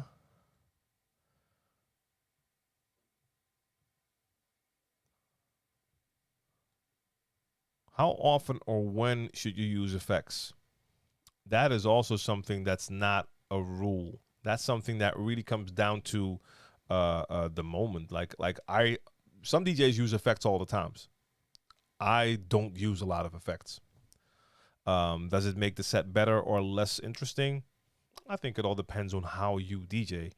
I don't actually have a lot of time for effects instead of like the echo that I use when I'm scratching during a transition. But beyond that, I don't do a lot with effects. If you play music where you have longer transitions, then you have actually more time to do stuff, do more with the EQ, do more with the effects. It really depends on genres. Like I saw something today. I'm not gonna name the name because I actually feel that the person is a pretty good teacher as far as I can tell. This is a person on YouTube who does like DJ tutorials, and I believe this person is normally a house DJ, and he had a video where he was explaining how to mix hip hop and R&B, and he basically he got the technique correct in the sense of, yes, a lot of times when you're playing music with vocals, you're going to do your transition during the chorus, like I explained as well. So you wait till the chorus of one track comes on, then you mix in the new song from the beginning where there's mostly a beat, or you take songs from a DJ pool and it has like an 8-bar intro. So I understood that part. That made sense. But then every time he showed a transition, he would bring in the track with the fader still down, do a little bit of adjusting. Then after 4 bars, so halfway through the hook, that's when the fader would go up, the channel fader.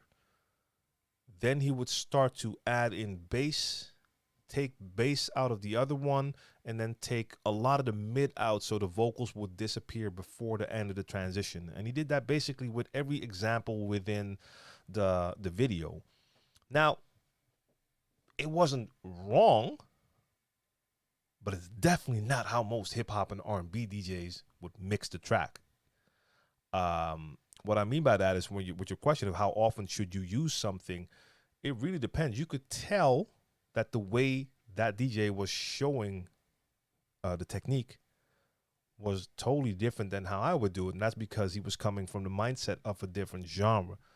Same thing applies to effects. With different genres, you're going to use effects more or less. Because the way I would mix, if I would have the exact same tracks as that person, I would not be bringing them in that way at all. First off, I would be using my crossfader, not the channel faders. Second of all, I would not wait the first 4 bars to bring the track in. If I'm doing a transition, I'm bringing it in on the one. You're going to hear it from the one. Now, how my EQs are set, that's a different story. But the whole feel of every example just did not feel like hip-hop or R&B transitions like most hip-hop and R&B DJs would do it. So there's no rules. You can't say like, hey, you should use effects so many times. You should use EQ this way. Again, and that's for a lot of the questions in here. There's not one answer for it.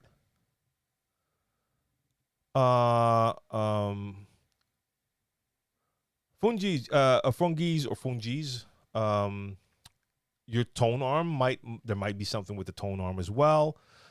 Thickness of the slip mat shouldn't cause skipping, I think, but it does. What kind of slip mat are you using? Like I've seen people use like the original slip mats that used to come with SLs, like the big thick rubber ones. If you try to move your vinyl, there's like no moving them. So everything helps and plays a part. Hey, Rob Sway, what's going on?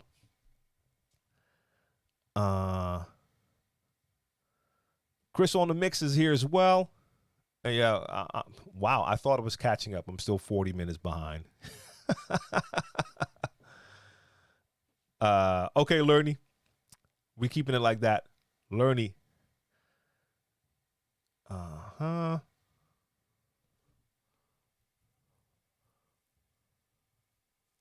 Oké dan. Dave. Top, man. Ja, volgens mij heb ik custom DJ vinyl ook wel eens gezien. Okay. Dope. And I'm not translating that part. That was just an answer to someone. Or you know what? I actually will, because maybe someone else wants to know as well. This is the person who asked me about the custom timecode vinyl. So I talked about 12-inch skins. But he actually uses Rekordbox DVS, and 12-inch skins does not have Rekordbox timecode vinyl. So he found customdjvinyl.com, and they do have custom Rekordbox DVS. So that's good to know, actually. Because maybe one day I do want to have like custom Rekordbox timecode vinyl, because I only have the normal timecode vinyl here. DJ Aldwin is here. Salute. All right, so I'm gonna leave Fungis and Vinyl Touch to that convo. They probably solved that by now. Insta, you can ask anything DJ related here.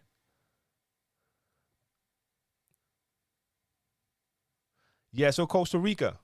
Yes. Thank you. Back in the 80s, bars and phrases weren't a part of the hip hop lingo, even into the early 90s. So that was it for me. Like I explained, like when I taught myself how to DJ, first off, we didn't have like tutorials, so I didn't have anything to look up. It didn't work that way, of course. But even when speaking to other DJs, even when I was DJing for quite some time, that was never something that came up in DJ discussions that we were talking about like beats or bars or phrases at all. When I first kind of came in contact with it was when at a certain point with Brainpower, the artist from Amsterdam I work with, I tour with, at a certain point we started to do shows with live musicians with a band. And during the rehearsals, when the band had to like learn the songs of the album, they would sometimes have questions or be like, okay, so when does it come in? Does it come in on the whatever on the eighth bar or the ninth bar? Or and for a second there, we had to like adjust to that because we weren't really used to thinking that way. So that kind of opened my eyes. But even after that, I still didn't use the terminology.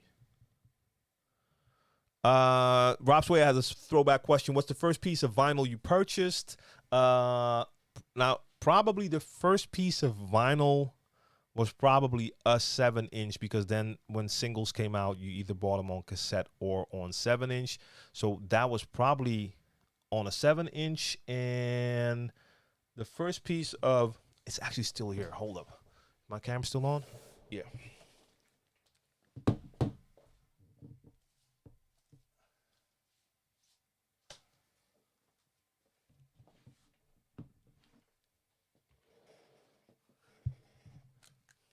This is funny. I mean, it's not the first.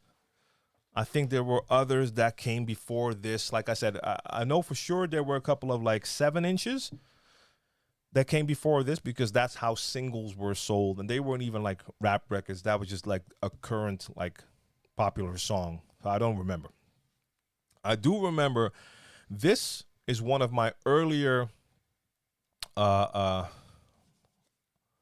actually only noticed it now. The cam is the other way around. I should switch that. This is one of the earlier like rap records I bought. I think it's a German pressing. It's called Enter the Rap Zone, a compilation album. It had like one of De La's first songs, one of Eazy-E's first songs. So I remember this is like an old track or an old piece of vinyl, like one of the first. So yeah, I just happen to have that laying around here. All right, so is that Lemazed?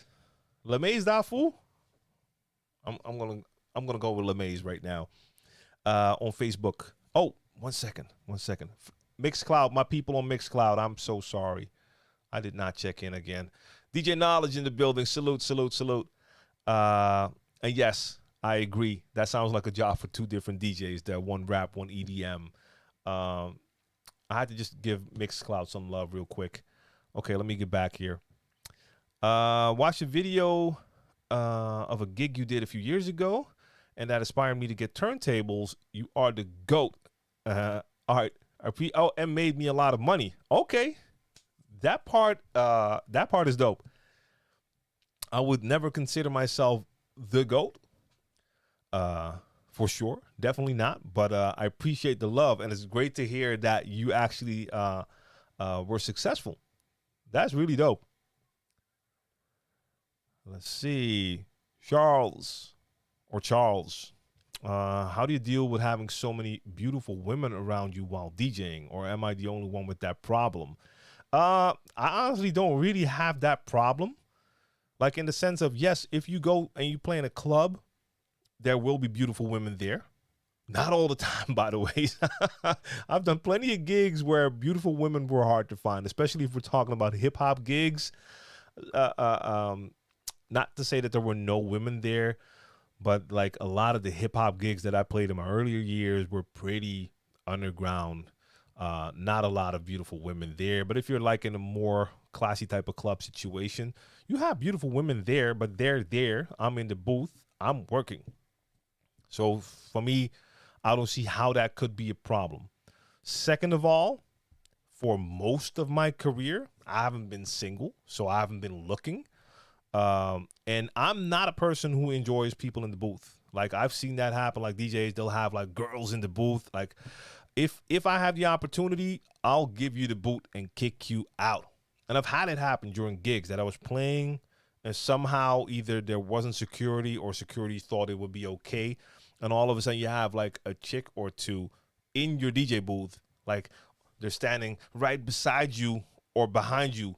Uh, don't play with me. Don't play with me. I absolutely hate that. Like, she thought she was being cute and fine or whatever. I gave her that one look, like, you better step really quick, or I'm throwing you out this booth. Like, I don't feel people truly respect that. As a DJ, you're working. I'm trying to focus. I have a job to do. I'm in a zone, rocking a crowd. I don't need that there. And I can honestly say, like, it's never been that, like some DJs have this problem, and for them it's not a problem because they're into that. They're like single DJs. They became a DJ for that attention, and they have women throw themselves at them. It's also what you radiate, what you throw out there. So like I said, some DJs become DJs because they see other DJs get a certain type of attention. If that's what you're into, that's what you're going to be. That's the vibe you're also giving out. I never give that vibe out. And as a result of that, I don't get approached that much. Like, in all my years of DJing, I haven't had like a lot of that happen to me. Like, it's happened every once in a while that after a gig is done, some girl just waited around and now she comes up to you like, hey, and they'll give you like a compliment, like how you played. And then after that, they're basically telling you like, hey, I like you. And I'm like, cool, that's all great, but I know my girl wouldn't like that, and I'm not looking for that, and always in a respectful way. So I've never had that happen, that like anything crazy happen, like no one walks away mad. I mean, I'm gonna be respectful, but that only happened a few times in 28 years. So, and I know how it can be, more for artists than for DJs. And I've been around artists who I've seen stuff, also certain DJs. But again, it's also what you put out there. What you put out is what you get back. Like, I've dealt with people in my life who, whenever they go out, they'll end up in a fight every single time. Whenever I go out, I never end up in fights. So it's also what you, like I said, what you radiate. And I know some of those people who end up in those fights, it's kind of in them. It's kind of what they're looking for. And if you're looking for it, you're going to find it. If it's a fight, if it's sex, whatever it is, if that's what you want, it's easier to find. Like, even in my friend group, like back in the days, I remember like anytime we would go out, everything was cool. Every single time I wasn't there, the next day, they would come up and it would be a story like, yo, blah, blah. One of the homies got into a fight. And that never happened when I was there. And that's the one homie who was like kind of into that. But like when I was there, somehow it always stayed cool. So it's, yeah, that's a real thing. Like, you get what you put out there. So Charles, that's not really something I've ever had to deal with, and I don't like that type of attention while I'm working. I don't want 10 homies in the DJ booth. I don't want 10 women in the DJ booth either. Ah, that was something stuck here.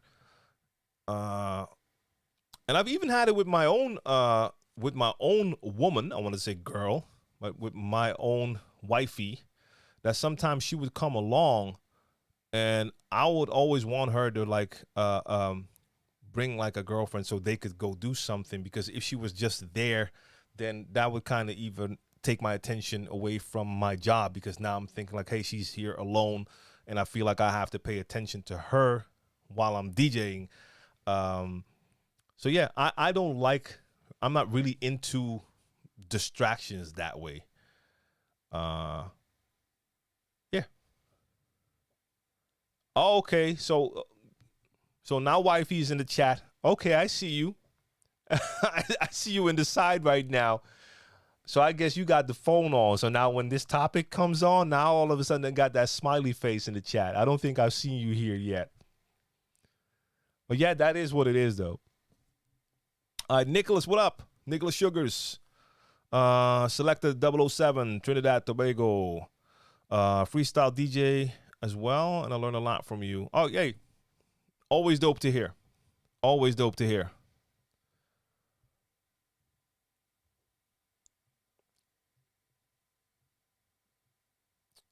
Let's see. Costa Rica says length of song depends on the music, crowd, and situation. If people are want to dance, cutting songs short might be a problem. Yeah, yep. Genre really depends on it, and reading that crowd, 100%.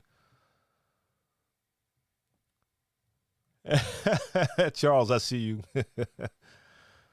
Brian says I'm starting to make beats. What kind of controller? There's so many ways you could take this, Brian.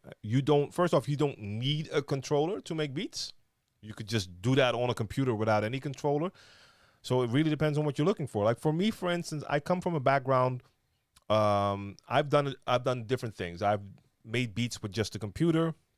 At a certain point, I got like my music production center, my MPC 2000 XL. Really got into like having like hands-on pads to do the drumming. Really loved that.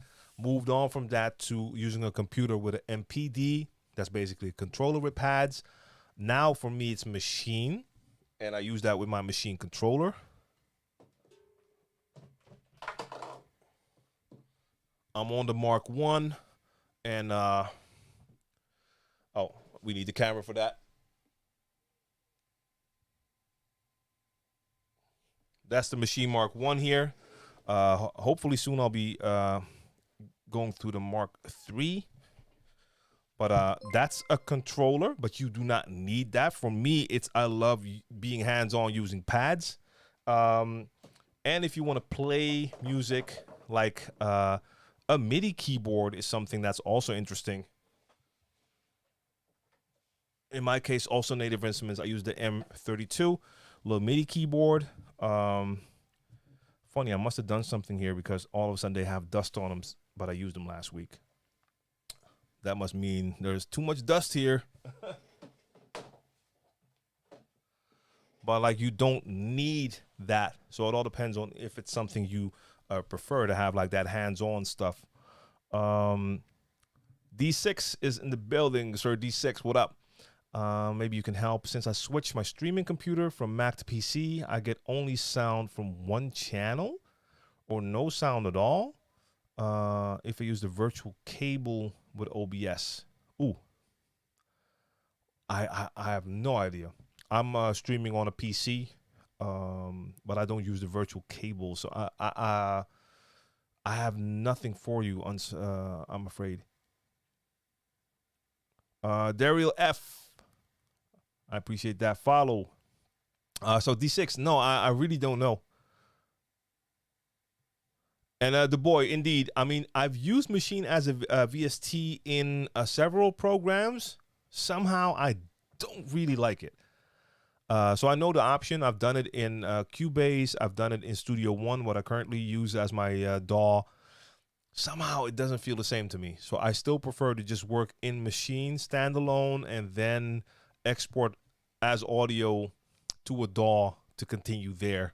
But who knows? Over time, I'll see if I do both. Maybe. Let's see. Learning Vandus, starting out DJing, made some mixtapes in Audacity, but I'm now learning how to beat match and mix in real time with an RB. Yeah, that's cool. I mean, I've done that in the past too, like mix tracks, just blend tracks together using like software. It's a different experience compared to beat matching, and beat matching is, to me, so much more fun. Edge DL, what's good? I want to start live streaming music in the near future on Twitch and other platforms, and I've been recommended iRig for good sound. My question is, what would you recommend? I'll be using a Pioneer DDJ SR2. So I've never used iRig. I know iRig for years. I know a lot of my colleagues from the US used to use it. Spoke to a couple of DJs here recently, and they both were not really positive about the audio quality from the iRig. So I don't know. But I mean, you're going to need some way to get the audio from whatever your DJ setup is into your computer. So it depends. Are you streaming from, will you be using two computers? Because if you're using one computer to DJ and stream, so everything from one computer, then I don't even think you need something like iRig, because then you can just do that internally using Serato to get the audio into your streaming software. If you're using two computers, you have one DJ computer, one streaming computer, then you need to get the audio from your DJ set into the streaming computer, and you're going to need some sort of audio interface to do that. iRig, there's similar things to iRigs. There's even cheaper audio interfaces out there, but you should really check a couple of reviews to see how the sound quality is, because I've heard different stories when it comes to iRig. So giving Mixmaster G a shout out for something he said 40 minutes ago. Goedenavond. JMZ1 from Cali in the building. Salute to you. And second question from Lerny. I want to spend some money on my hobby, but I don't know what to do. Save up for a better controller, get some DJ lessons, buy tunes from DJ pools, tips or advice. So Lerny, let me scroll back first. So you want to, okay, yeah. So you got the RB now. Look, if you're just starting out, you're learning now, just go with that RB for now. Like, you can learn all the basics with that RB. You don't need a better controller yet. So now for learning how to count music, beat matching, stuff like that, you're fine where you are. So that's not the first thing I would update if I was you. Now, getting DJ lessons, that's something you can do if you feel it's necessary. So if you're looking at online tutorials and you feel that they're not working, or you're kind of catching on, but you feel like you still need someone there to actually tell you or show you, then you should go for some lessons. But still, that might not be necessary. And buy tunes from DJ pools. If you currently don't have music, then you're gonna need music. A DJ pool is a very good option because it's a very cheap way to get your hands on some good music for DJing. So that is a great place to start, indeed.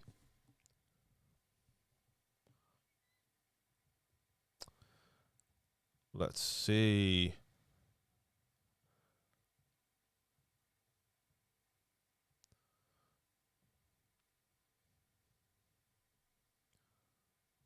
No, but so DBLNG, and you probably have a way to pronounce that name. You're telling Edge to not buy the iRig, but to download an application called I Show You Audio that will take your Serato feed to OBS. You don't need to do that anymore. With Serato's latest update, they actually just have that built in, if I'm not mistaken. That was the case, but I believe now with Serato, in the settings, they just have a feature in audio, audio output, and you can make your audio available to other applications.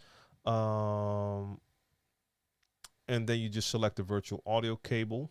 And let's see. You have to just install the virtual audio cable. So if you're using Serato, just go to the settings under audio, take a look at audio output. Because I believe you can do that without actually needing that other software, because I've heard about that too. All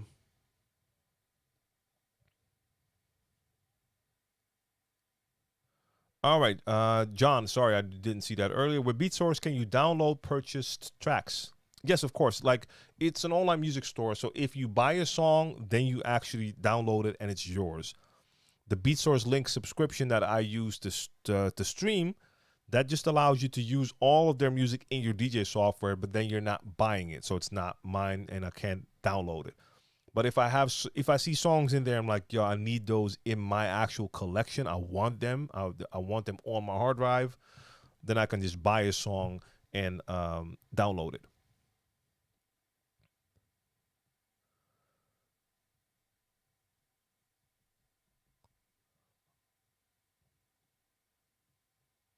Let's see. Brian Mohammed, how much is GoPro Hero? Google. And I don't mean that in a negative way, but I mean, I don't keep tabs of their current prices. So just check the GoPro website and compare it to what you can find on other sites online.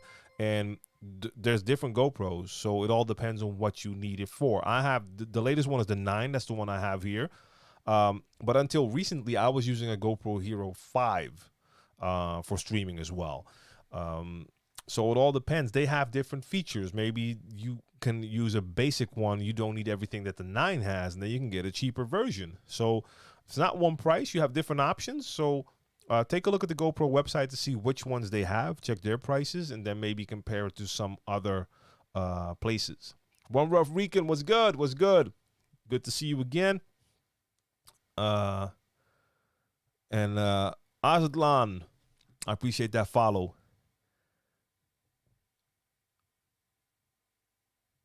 All right, Johans.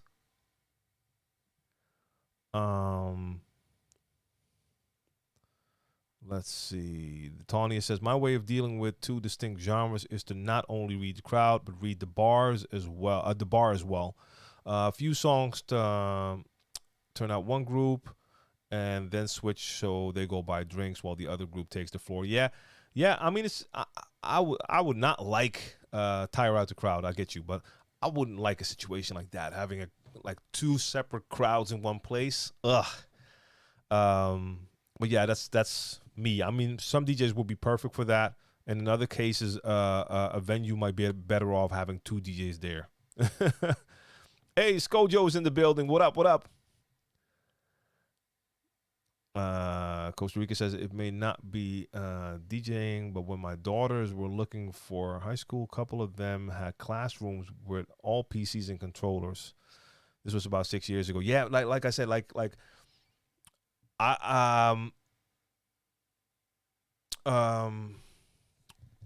sorry, I see Mixmaster G in the corner telling me that it's required I show you. Maybe it is. I heard different, but I'll believe you guys because I have not done more research into that. So it's funny because that's not what Serato is telling you.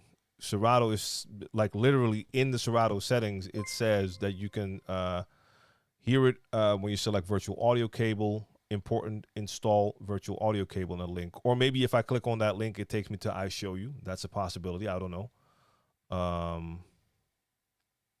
So that is possible. I don't know. So okay, if you click on that, it's so I was not mistaken, but it's the same thing where it takes you to. If you click on that link in Serato, it takes you to the I show you virtual audio device. So we end up in the same place. I just knew that you didn't have to do something external because it was inside Serato, but I guess Serato then takes you there. So that's clear. So yeah, about the schools, like I'm jealous of these kids nowadays. They get offered so much more. That's so dope. Like when it comes to like music, that's super dope to see. And I like for our oldest son, we had to go to a lot of high schools last year, just do some orientation to where he would be going, and like a lot of them have music programs as well. Some even had like separate like real studio setup with like production equipment for music production, but like also had a room for video production with a room with green screens and cameras. I'm like, yo, they get this in high school? I mean, he didn't go to that school, but I believe in his school they also have some stuff like that. It's, yeah, I love the development. So for the people that are in the chat talking about the links not working, if you use Serato, just go to the settings in Serato, go to audio, and then you see audio out, and there's a link where it says like virtual install virtual audio cable, and that will take you to that I show you page. So you'll get there.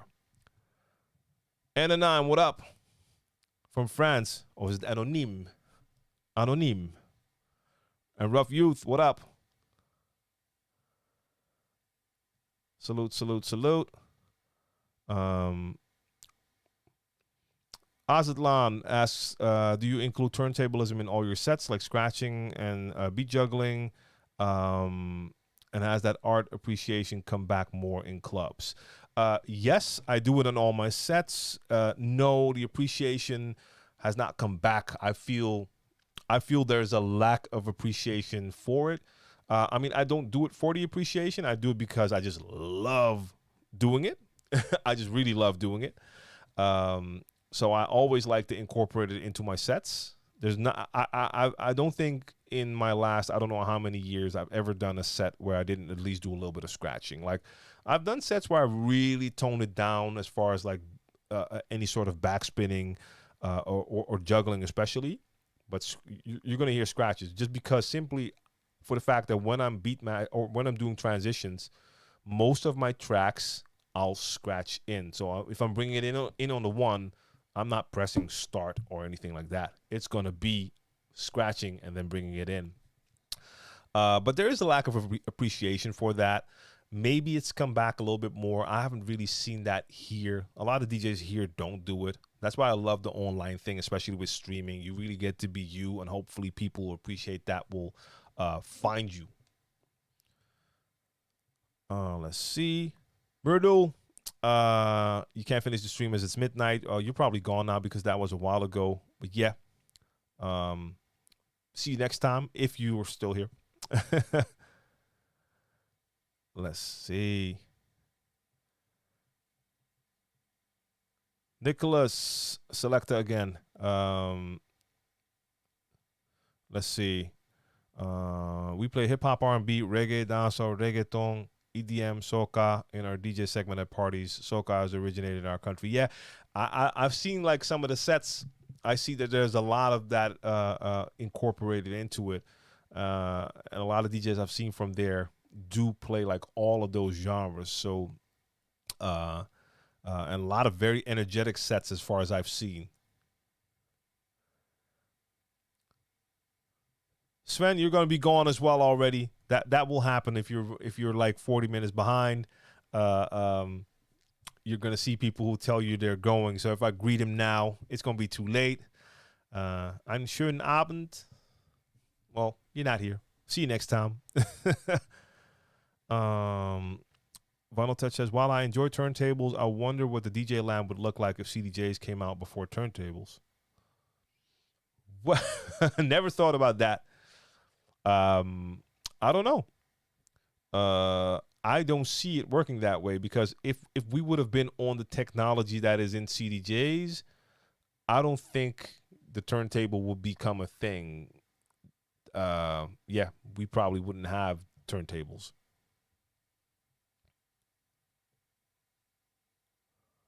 Or the DJ SB3 was the standard, then turntables came along.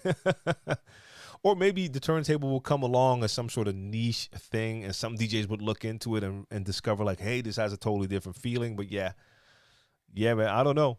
Hey, Magic BB, what up?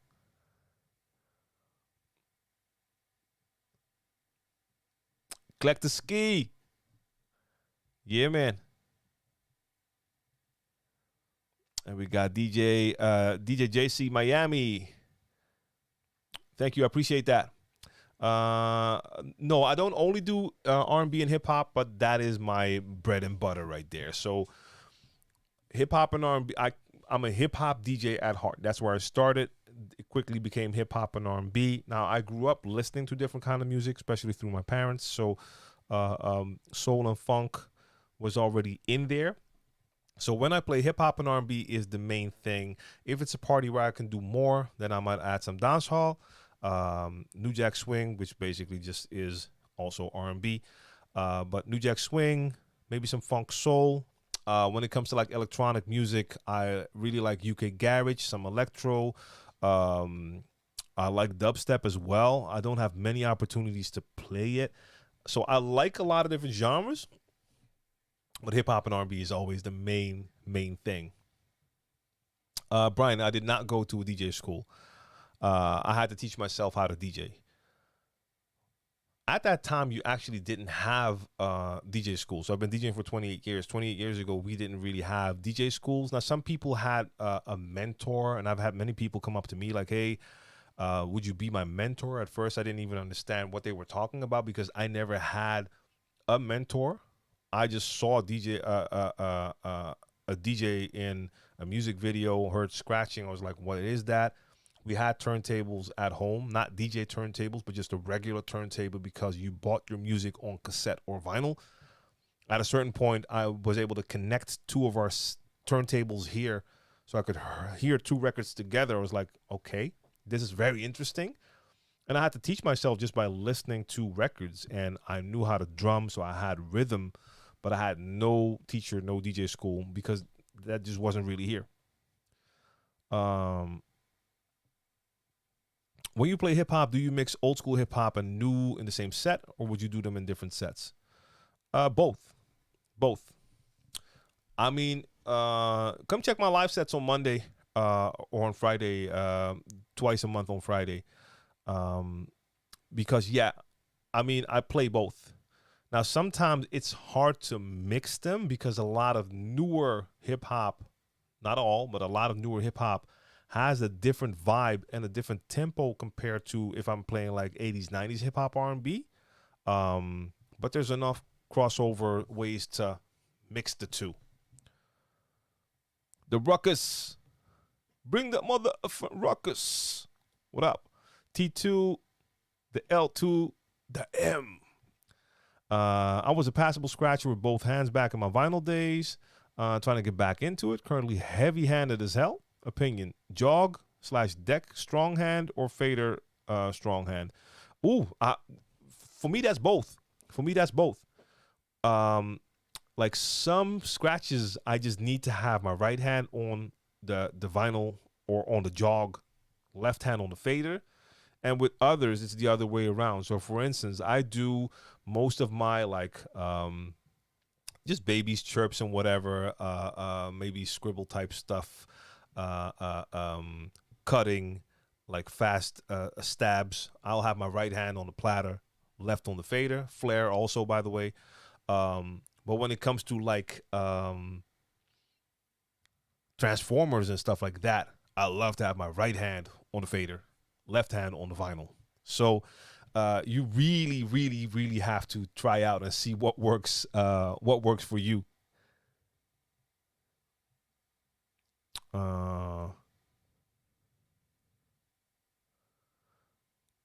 The Tonya says, plus it's good to appear single even if you aren't, you don't need to act single. It's good to appear single. Why? Why is it good to appear single? Let me know. Baby G70, salute for that follow.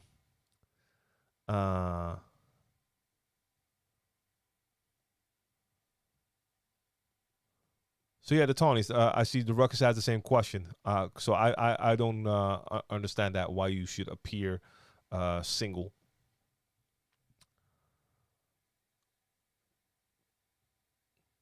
Alan Partridge is here. What up? Have you DJ'd in London? Would be good to see you live.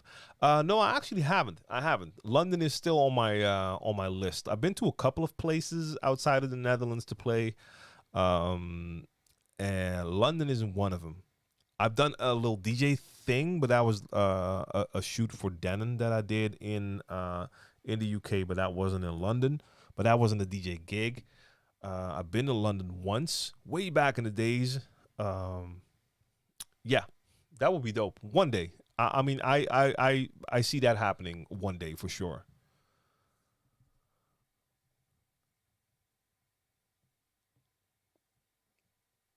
Okay, the Tawnies. I think I see what you mean. Like if you appear single, then for some that might be interesting, fantasy wise or something. Yeah, I don't know. I don't know if that helps. Like for me, it wasn't the case.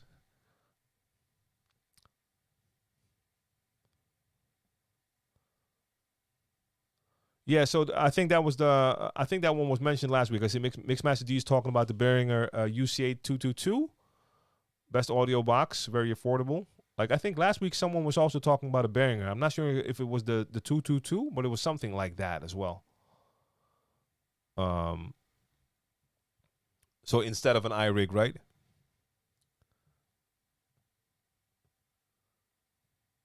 Styles Johnson says iRig didn't work with the iPhone 11. Mm-hmm.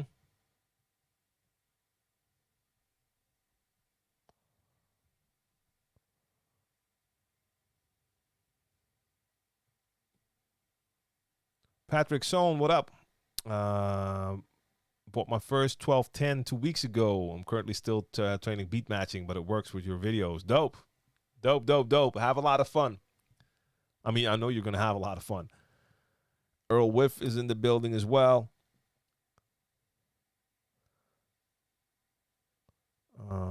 Let's see.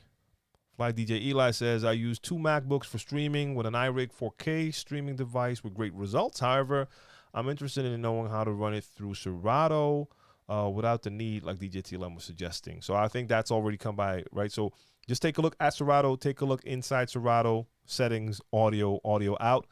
There you can get a link to the I Show You software. And then inside your streaming software, you can choose a virtual cable. So basically, Serato will send its audio straight to your streaming software. I've never used it, so I can't tell you if it's better, different audio-wise. I have no clue.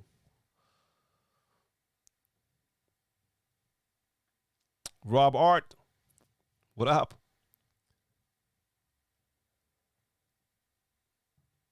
And I appreciate that follow as well. Christopher Pearson says BPM Supreme or franchise record pool. I'm not sure. You should take a look at both to see what they have to offer. I've heard a couple of months ago during an episode that someone said that franchise started to have like their archive was shrinking or something, that they had less music to offer. So I assume in that case between these two, probably BPM Supreme.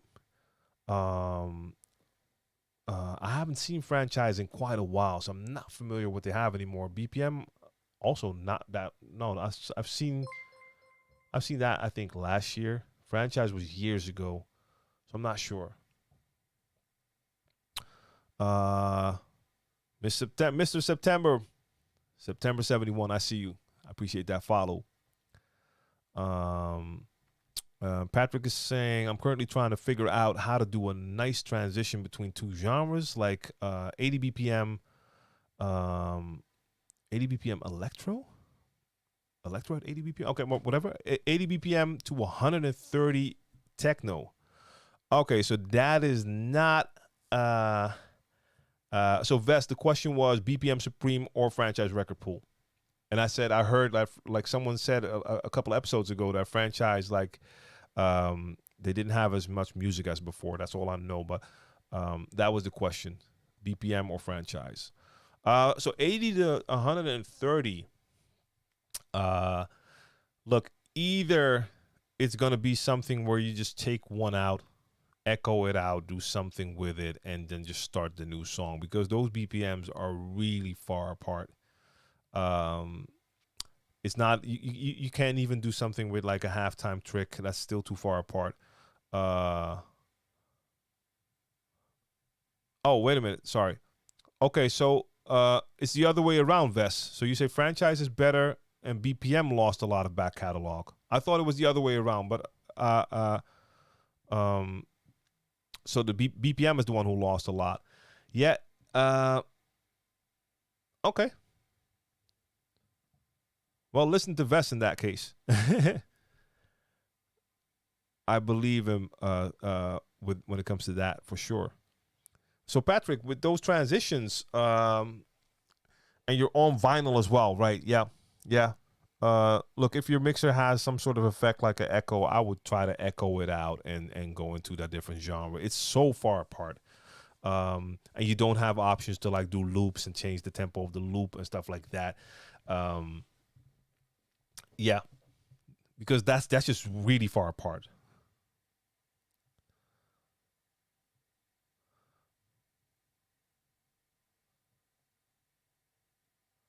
So Skoljo says the same, I think. Like try different effects to exit.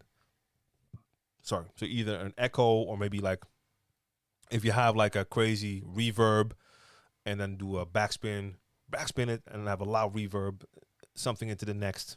Yeah.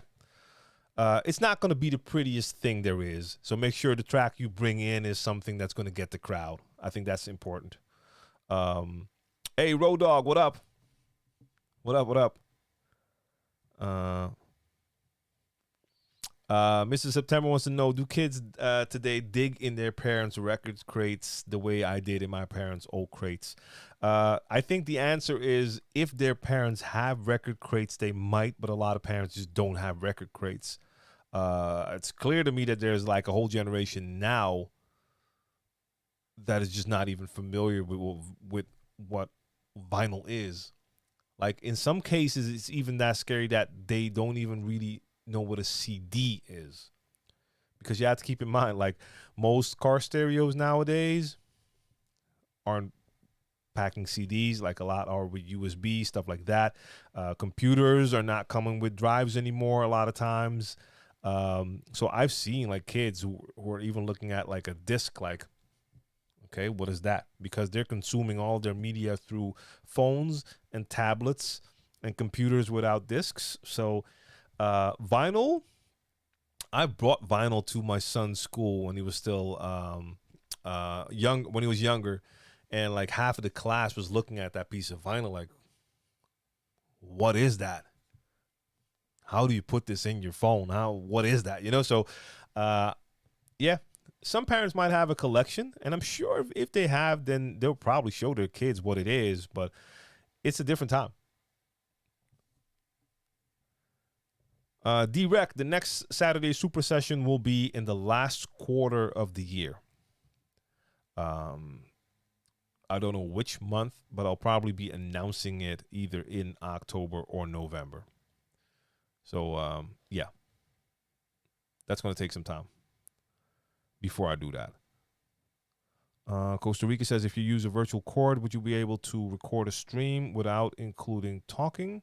So again, I'm not familiar with how it works exactly. So how do you normally do your talking? Do you have your mic in connected to your mixer? Because I'm doing that now, and I know for a fact that if I want to exclude my voice, I have to make sure I do it through a different source. Right now, I just record my set with the music and my mic coming from the mixer, so the voice is in there. So in my replays, you will hear my voice. If I want to have that without my voice, I'll probably go to the, let me see, am I still on here? No. It stops every 30. Are we good now? No, don't record. I'll probably use the Rodecaster Pro next time. If I want to do that, then I can connect my mic to the Rodecaster, and then I have to connect the output from my mixer to the Rodecaster. Then I could actually record it separately in here and have a nice audio file. Different ways to do it, though, but at least I have to go for separate recording. So I'm not sure if that's going to work. Real DJ AK-47, don't know if you're still here, but salute, shout out. JS Rock says, do you feel like turntables command a certain presence? I feel like when seeing turntable, people's reaction is far more elevated than when seeing a DJ with a controller. What are your thoughts? Nah, I don't think so. Nah. Some people might feel that way. I think for most of the crowd, they could care less because they're not paying attention to gear, to mixing techniques. That's not why they're there. They want to hear their favorite songs. They want to see if there's guys or girls around. So yeah. Now, of course, I can to a certain degree understand that if you're always seeing DJs and in a normal DJ booth, you'll see a regular size setup with like turntables or CDJs and a mixer, that if there's a DJ and there's like a table and there's like a DDJ 400 there, some people might look at it a little funny, like, well, what is that? But if the music is blasting from the speakers, I don't think they'll give it a second thought. They're like, oh, okay, I'm hearing my jam, let's go. So I don't know. Like, I like the look, of course. I think the turntables look great. It looks great on screen. I get that. But especially in a club scenario, I don't think people really care that much. DJ Bad Boy, what up? DJ from the Jersey Shore. Jays Rock, also, what's your stance on avoiding playing certain artists due to what they've done either politically or legally? Example, would you be okay with someone or would you yourself refuse to play an artist based on their actions like Chris Brown or R. Kelly? I've never stopped playing Chris Brown, and I play R. Kelly. Now, are there situations where I say I wouldn't play? Yeah, I think so. I think that's very, it depends on how you personally feel about it. For instance, I don't play 6ix9ine. I hardly played 6ix9ine, but I played 6ix9ine. I just don't condone that whole story. Not just the snitching part, but everything that came before it. I'm just not really with it. I don't know. It's not like a major strong feeling like it will go against my morals and principles to ever play 6ix9ine again. But I just didn't feel like playing that. I never thought he was the most skilled artist anyway, but I don't know. Now, R. Kelly, if we were talking younger kids, probably a different story. Some people won't. I know there's DJs out there that won't play Michael Jackson, for instance, after they saw that latest documentary. I don't even consider that. I play MJ. But yeah. So I haven't really had it that much. I can understand every DJ has to do that. I mean, I've talked to a DJ recently who stopped playing a lot of dancehall music, older dancehall music, because they have a lot, and I mean a lot, of homophobic lyrics. I can understand that. Like, I played a bunch of those tracks as well, and with some at first I didn't even really pay attention to what they were saying, or in some cases I didn't even quite understand what they were saying until I just did a little more research or heard a translation. And they're like, oh, okay. But the fact is, like, especially here in the Netherlands, I can only speak for here. Like, a lot of times when we were playing those songs, I know that most of the audience didn't quite understand the message either, because I've seen plenty of gay people scream along to those songs because they didn't understand that the lyrics of that particular song were basically saying, if he's gay, burn him. And they were dancing along to it. I'm pretty sure that once they understood what those lyrics meant, that they didn't play that song anymore. I know that same DJ I talked to also stopped playing certain artists because they were promoting drug use, stuff like that. So yes, you can take it really far. I tend not to take it that far. But I understand why some people would. I respect each and every DJ's choice to play or not play what they wanna play. Dimitri, no problem. Anytime I can answer a question, that's why we have this this show.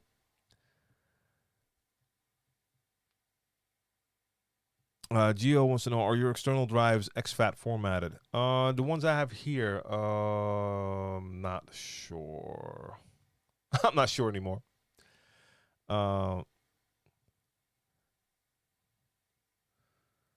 Johans, what up? I see a new question from you. Or I haven't seen this one yet, I think. A buddy of mine gave me this info, and it works. If you're streaming from one laptop to another, Here are a few inexpensive options, and the audio is incredible without the need for an outside interface. You can run audio directly from your mixer to the laptop you're streaming to with either of these cables. RCA to 3.5 millimeter TRS cable, or you can run RCA cables from your mixer to a TRS adapter. Run it into the mic input of your laptop. Yes. On on some laptops that would work. I don't know if you're gonna get the same quality you get with an audio interface though. If you have one input headphone jack on the laptop you're streaming to, you can purchase a USB splitter or Y cable, which splits the headset port into a mic headphone port. Well, how is a USB splitter going to split a TRS cable? I don't get that part. But okay, anyways, I understand what you're saying. I just don't know if you're going to get the same type of quality. I think it depends on what type of audio interface is inside the laptop, if it's comparable to a cheap external interface.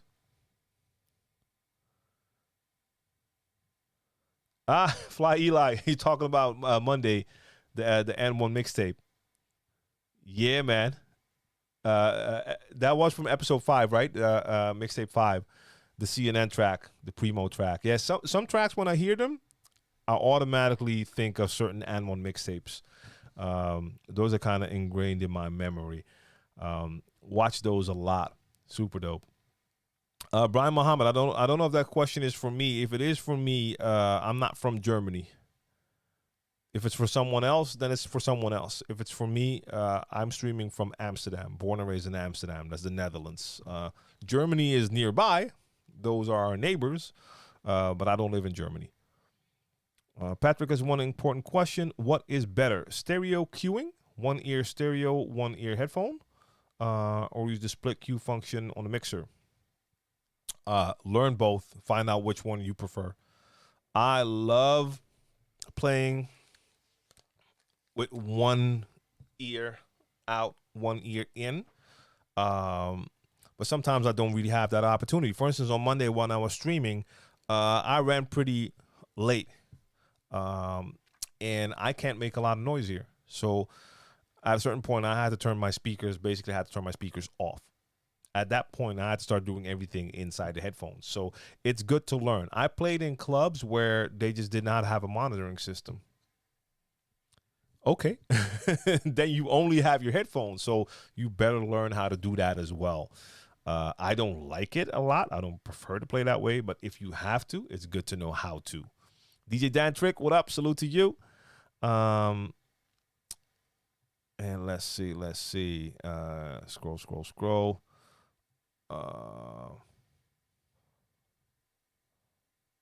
Oh yeah, Big V. I think you said that the last time as well. Like Franchise Record Pool is also going to become a streaming service site.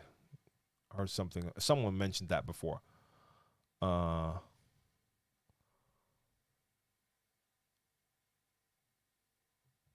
see. Okay, Patrick, I got you with the electro. Yes. Sofacon Grizz, what up? DJing only or music production too? Yeah, we talk about basically about both. Like some people bring in production, for sure.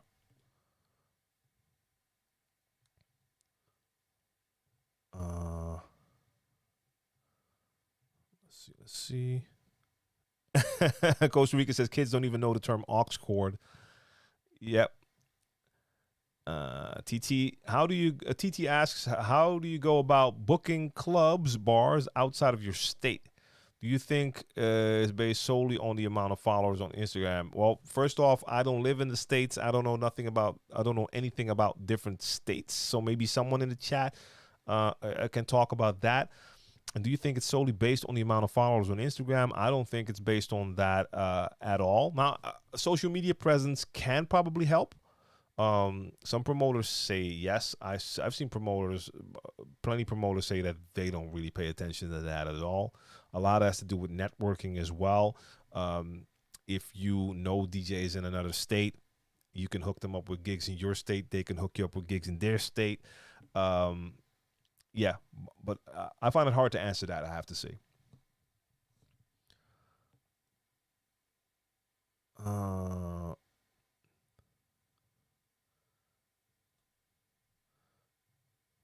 let's see. Mate Seno, my favorite scratch combo from Zurich. I do not have. I don't think I have a favorite scratch combo.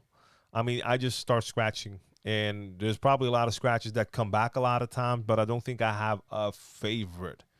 Um, I think people who watch me during streams will probably notice that more than me what I'm actually doing if I do something more often than other combos, because I never think in combos.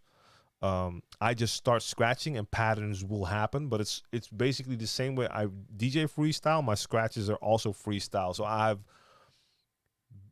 almost I almost never know what I'm gonna do when I start doing it. Unless I have to add one thing, like depending on the tempo. If songs are a certain tempo, then I know certain scratches are not in my range, and then I'll leave them out. But I don't have like a preferred combo. And I see a statement that is super true by Geo. A whack DJ is a whack DJ. Turntables are not. Amen. That is not about the equipment. And you have a lot of those salty, old generation DJs who feel they're the truth because they rock on turntables, and then you check them out and they're just whack. But they feel they're superior because they're on turntables. Yeah. I feel you. I feel you. Let's see.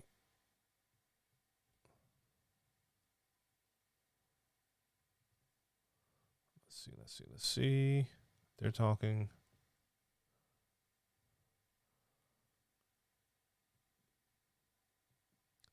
Costa Rica says, I would only play Boom Bye Bye in an in crowd. Yeah, like for instance, like same thing there. Like when I first heard songs like that, I wasn't paying attention until you start to know it's like Boom Bye Bye in a Bati Boy head. Once you understand what a Bati Boy means, and that, you know, they're talking about just basically killing gay people, or like the song I was talking about burning them with Chi Chi Mang. And I've seen like full crowds when I was playing the song, like with gay people in the crowd that I know are gay, that are there singing, smiling, dancing along, saying the patois words, not understanding what they're saying. And at the time, I didn't fully grasp it myself. Yeah. Let's see. Yeah. So I missed half of that conversation, but I see Vest say like the DJ City is the only legal record pool. It basically is. Like, I can't speak for all other record pools. Some record pools might actually have license deals with some labels. I just know they have the licensing deals with all labels. That's also why BeatSource has all of that catalog, because that's official right there. So that is a plus. Let's see. Can I use the real caster, whatever it's called, Chris, to have more mics plugged in? So you're talking about my Rodecaster here, I think, the Rodecaster Pro. Can I use it to have more mics plugged in so that, like, at a party and I want,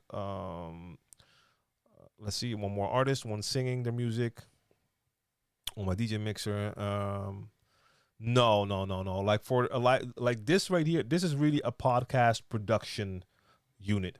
So you use this for podcast interviews. You can have 4 people at the same time, 4 microphones. I can have a USB device. I can have a phone or a device connected through Bluetooth. I have samples in here. I can record that internally in the device, multi-track, or right now I'm connected through USB to the computer. But if what you're talking about, you're way better off getting just like a small like 4-channel mixer that can connect mics for a live situation. I would not bring this to all gigs just to add more microphones. especially because you can get it way cheaper than buying one of these. D6 and one for life. Yeah. Oh, there we go, Vest. Hot sauce, skip to my Lou. Yeah, man. D6, for real, was mixtape 3 the CNN track? I thought it was 5. On 5. I don't know. I have a couple of the DVDs now. I got 5, I got 9, I got a couple of them. I don't have all of them. I had like a lot. I just had some footage. But they were dope. Even though I'm glad the craze is kind of over, because at a certain point, anytime you went to play ball somewhere, a lot of people were getting way into trying to do and one stuff. If you use Rekordbox, do you pay a subscription to play music? So Rekordbox has a free version, and they have 2 subscription models that add a couple of extra features, but that has nothing to do with like playing music. Like you can install Rekordbox, add your own music that you have on your computer, and play it. So there's no subscription needed for that. As far as I remember, I'm using the free version right now. Or I'm crazy and you need the paid version to do the controller thing.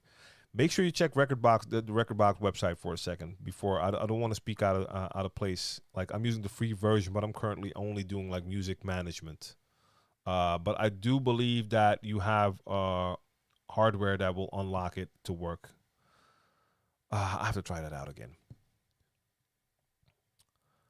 But if you're talking about Beat Source, okay, Vest says the same thing. If you're talking about using music from Beat Source in Rekordbox, you need a Beat Source Link subscription. If you want to use SoundCloud, you need a SoundCloud Go subscription. For Tidal, you just need a Tidal subscription, and then it will work. Let's go. Patrick, yeah, from Amsterdam. Okay, you're from Germany, so you're right next door. Like I said, we're neighbors. What's the best headphones to use when DJing? There's no... Hey, Vest, stop using my words. That's my words right there, bro. No, that's perfect. Like, yeah, there's no best. You see DJs using everything. I'm currently using my HDJ 2000 Mark II. I used the Sennheiser HD 25 Mark II for years. My favorite, probably. I used Urban Ear headphones for a couple of years because they were a gift during an edition of Amsterdam Dance Event, and I really liked the way they worked. I see a lot of people using Sonys. I see people using Beats. I see people using IIIs. You need to find what works for you. There's no best. Some people will go for headphones that have the loudest volume. Some people want headphones that are really light. Some people want headphones that really like are over ear and really close everything off.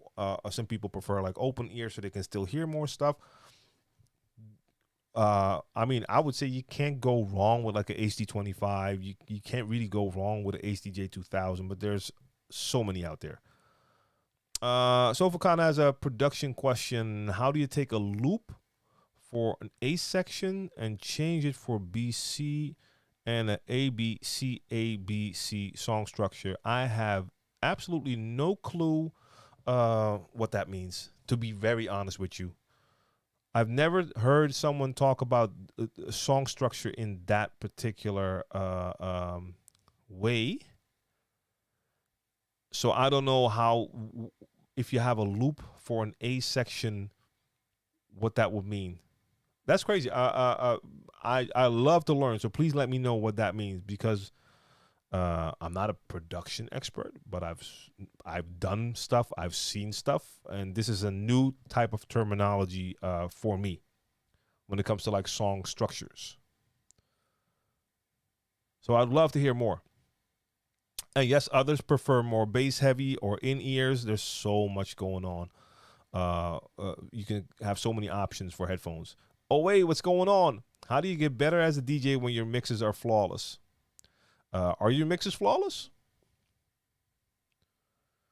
Like, I've been DJing for a long time. I don't think I would call my mixes flawless. But maybe yours are. But DJing is not about the mixing, and that sounds really weird to say, but music selection, song selection is way more important than your technique. First off, the combo would be everything altogether. But there's always room for improvement. There's always room for improvement. But if your mixes are flawless, then that means your technique is flawless. I congratulate you.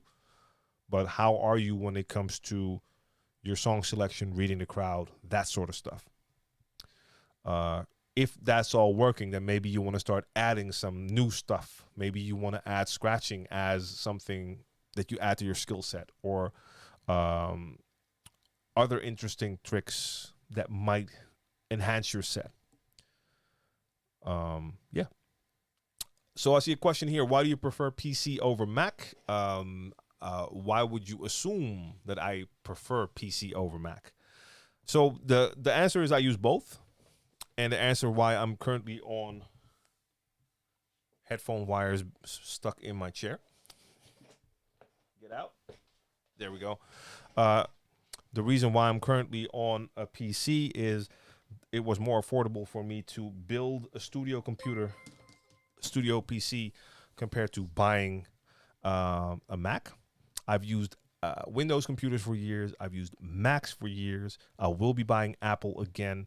I will still continue to use Windows. So I use both. I see something in the corner. Macs are overrated. No, I would not say that. In the past, no, not even in the past. They were overpriced. I wouldn't say overrated because they work great. And in some cases, I would definitely say they work better than Windows computers.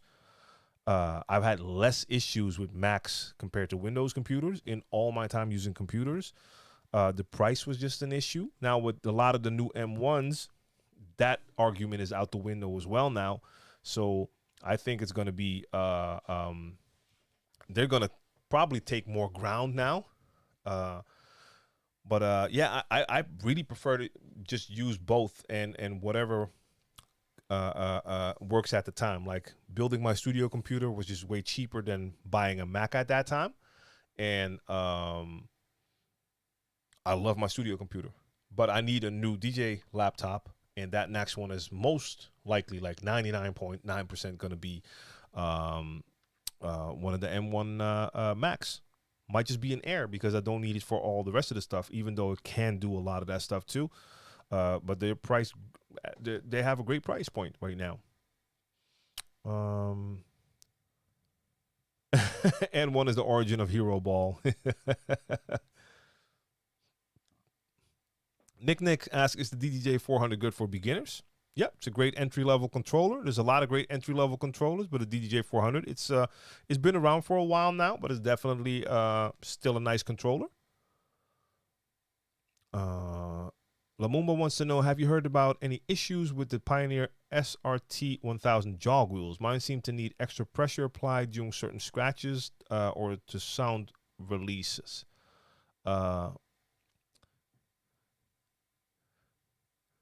Yeah, I'm staying on the overhead for a sec because I wanted to do something, but I might actually switch back before I do it. You're right. You want to look at me, right? I'm not sure, Lumumba. I have the 1000 here, but I haven't used it in a while, so I'm not sure. I haven't heard about it. Let me say that. I have not heard about it. I see there's a big price difference between Rekordbox and Serato. Trying to figure out what's the catch. I haven't looked at that in a long time, so I have no idea what the prices are actually. DJ Eli heard me talking about MJ bringing in the ABC. I don't know. When I'm live streaming, my mic is picking up audio from my speakers and it's going into OBS. How do I solve this? Probably lower the volume of your speakers then, and maybe lower the level of your mic as well. Your mic level might be too high that it's picking up too much sound, or you're blasting your speakers way too loud, and then it's gonna catch. I mean, it's gonna happen. If you're in a room, you're blasting music from your speakers, your mic is most likely gonna catch some of that. but try to lower either the level of both. If you lower the level of your microphone, is going to just capture less audio. You might have to speak a little bit louder, and maybe you are playing your music loud through your speakers, maybe a little bit too loud.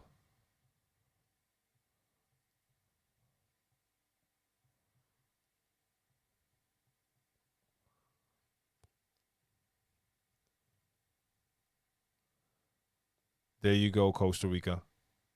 When I teach karate, I tell my students, once you start acting like you know, you never will. You should always practice and continue to practice. You will get better.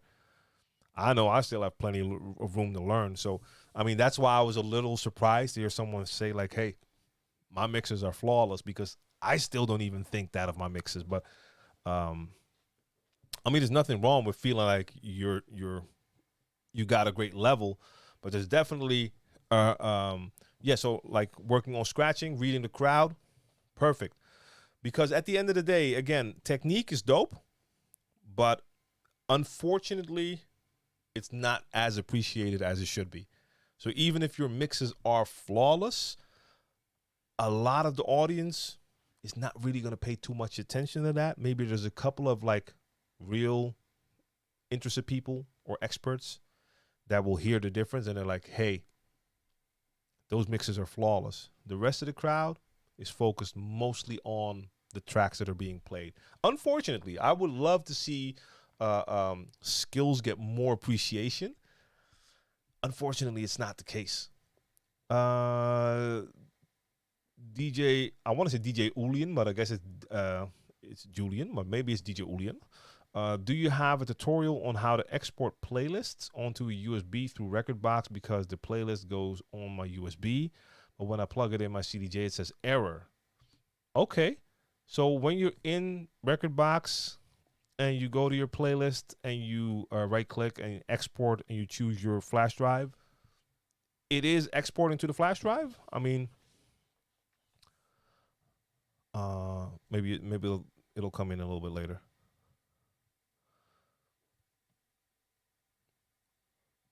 Let's see. Because most likely, otherwise, like OA is saying, it might be your USB. Because if you're exporting from Rekordbox to your USB, I don't know why it's not reading it. Is CDJ hard to learn? What are you using now? If you're using a controller, then it's gonna be pretty similar. You're using a jog wheel. You're using the same type of play and cue buttons, tempo slider.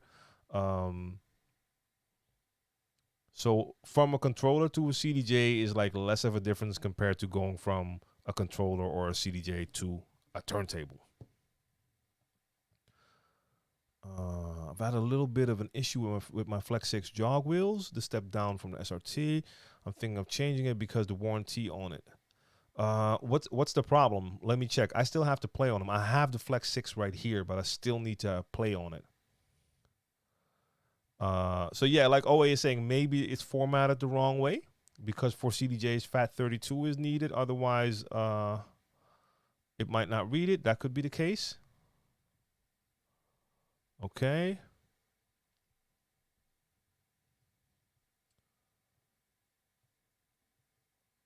All right, so yeah, check the format indeed. Oh, I'm there. I caught up. It took me, wow, it's 11. Okay. It took me 3 hours. And I finally reached it. I'm finally right there on point. Gurkem Uzun.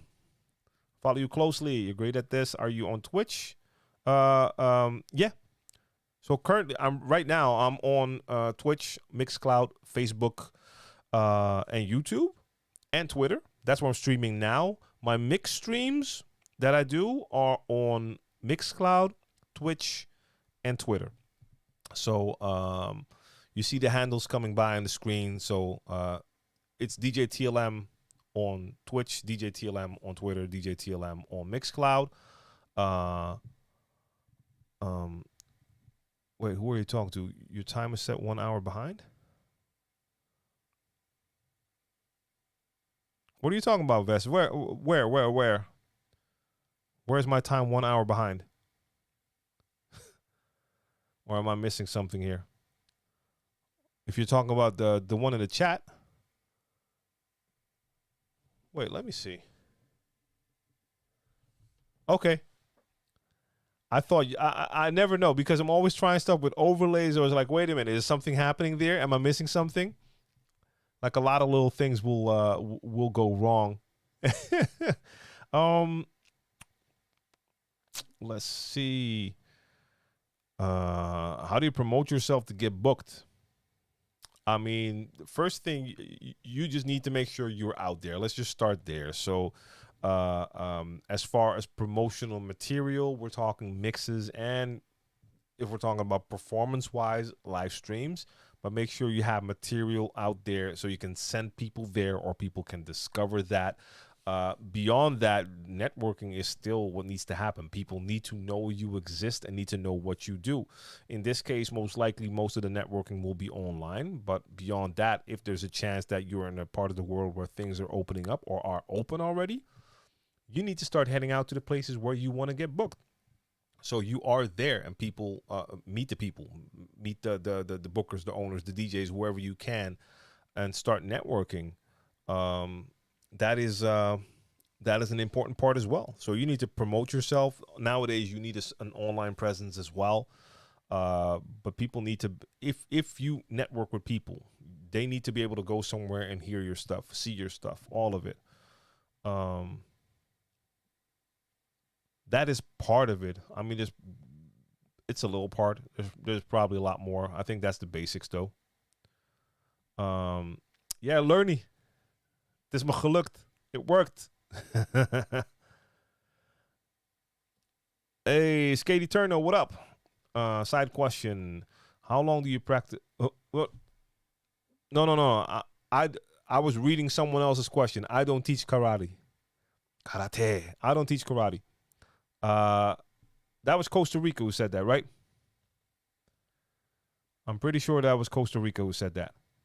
So, DJ Costa Rica, how long have you been teaching karate?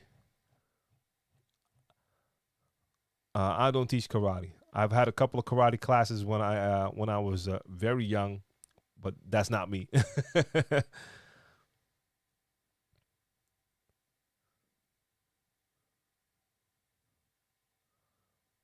So Costa Rica is going to let us know now because he's still here.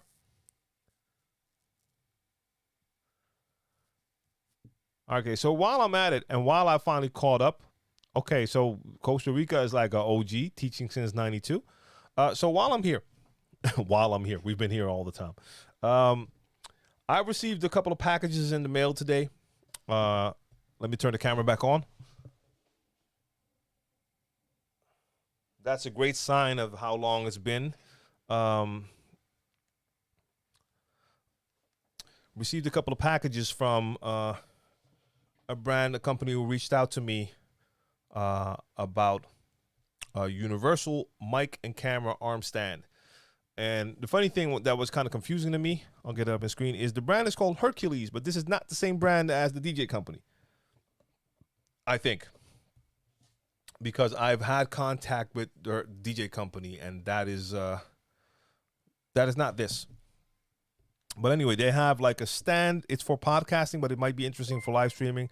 So it just came in the mail, so I'm going to open it up. So it's a stand for your mic, and it came together with a smartphone holder and 2-in-1 tablet and phone holder. So I'm just going to take a quick look at that because that is the type of material I use around here too for my live streams. I use a couple of different, I have like a mic, sort of a mic stand. I have a couple of different stands I use for my cameras. Sorry about the shaking. Right now this cam is attached to the desk. Now I remember why I normally don't do that because this happens. But for now we're going to do it this way. DJ Gorka Muzun. Probably did not pronounce that right. Appreciate that follow. I'm going to open, Johans, I'm going to open this one up. So we're going to see what this is like. This is not really for a camera. It's for a mic. I have sort of stands that are a little bit different from this one that I use for my cameras. by Elgato. The Elgato multi-mount and flex mount. If you want to see all the stuff I use, so not this is brand new, but the stuff I use, you should check out kit.co. So kit.co/DJ TLM. You can see all the different gear I use. Johannes, let me read your question real quick. Radical again. Wanted to quickly jump in on the direct audio comment I left earlier. I have the iRig 2 and the iRig Stream, and I've streamed with both. When I run the RCA cables from my Rain mixer to the streaming laptop, the sound is on the same level as the audio interface, so it's just a quick option for cost savings. I couldn't believe it, and it saves a few $100. Only true when I'm using two laptops. However, when I'm streaming to a phone or tablet, I definitely use iRig for great audio. Quality sound was frustrating for me when I first started streaming, so I wanted to pass it on. Yeah, and I've done that like I think like 8, 9, or 10 years ago. I was playing a set somewhere, and I wanted to record the audio, and I didn't have a recorder, but I had a second laptop with me. I don't know why, but I did that then. I had an output from the mixer going into like that headphone mic input on the laptop to record it.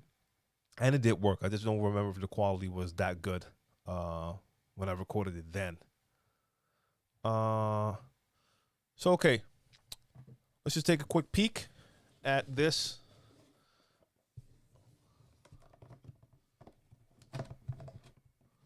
Because, I mean, even if it's podcasting gear, a lot of it might also be useful for just live streaming as DJs, even though I do both. And I have like one of these table stands for a microphone, and I'm not really happy with it because it's kind of clunky and big. This one already looks a lot sleeker and smaller, so this might be interesting as far as that's concerned. Okay, so it is like a metal build. It's pretty heavy, but it is kind of small. So, okay, let me see if I tighten that up again.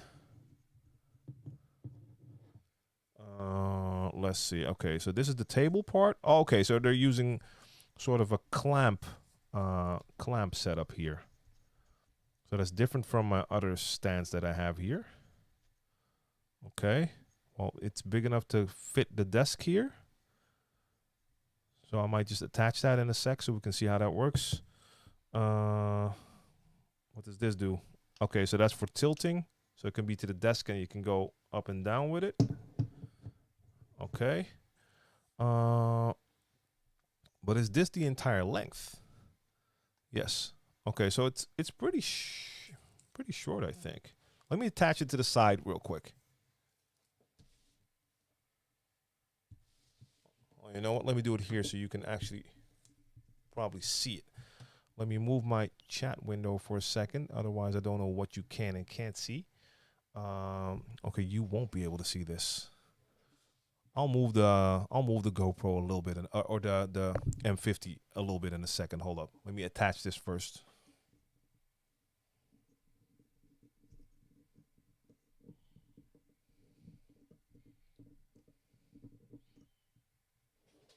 Let me move that cam a little bit.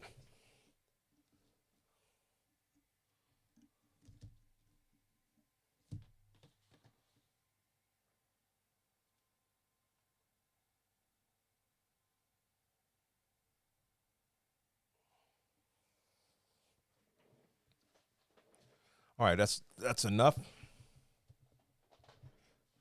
So, okay, to attach it, it is pretty simple. Just don't know how steady it is, but you just twist that to close it. So, put it on. Now, just twist it a couple of times until it tightens up. Okay, so the attachment is pretty easy. If I loosen this, I can tilt it forward. Okay, let me do that. And then you can tilt this one forward.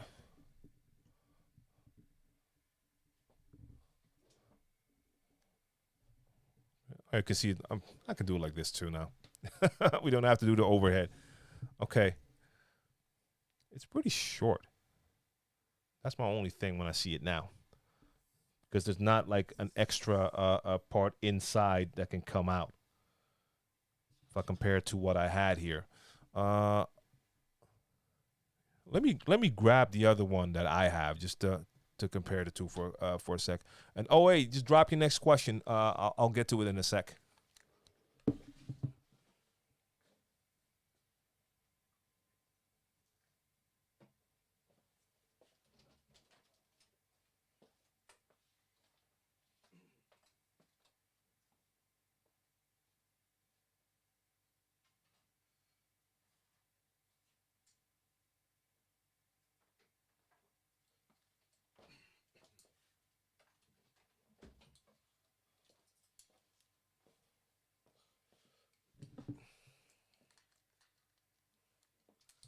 All right, because the one I normally use is a lot bigger. I'm just gonna attach it right next to it. For that one, I need a different clamp.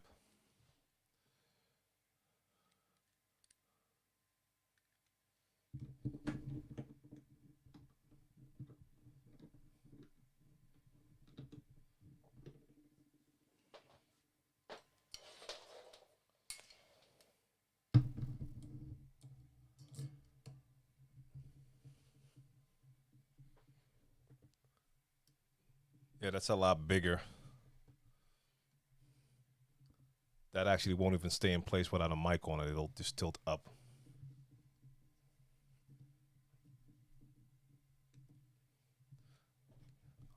I'll leave that there so I can compare them.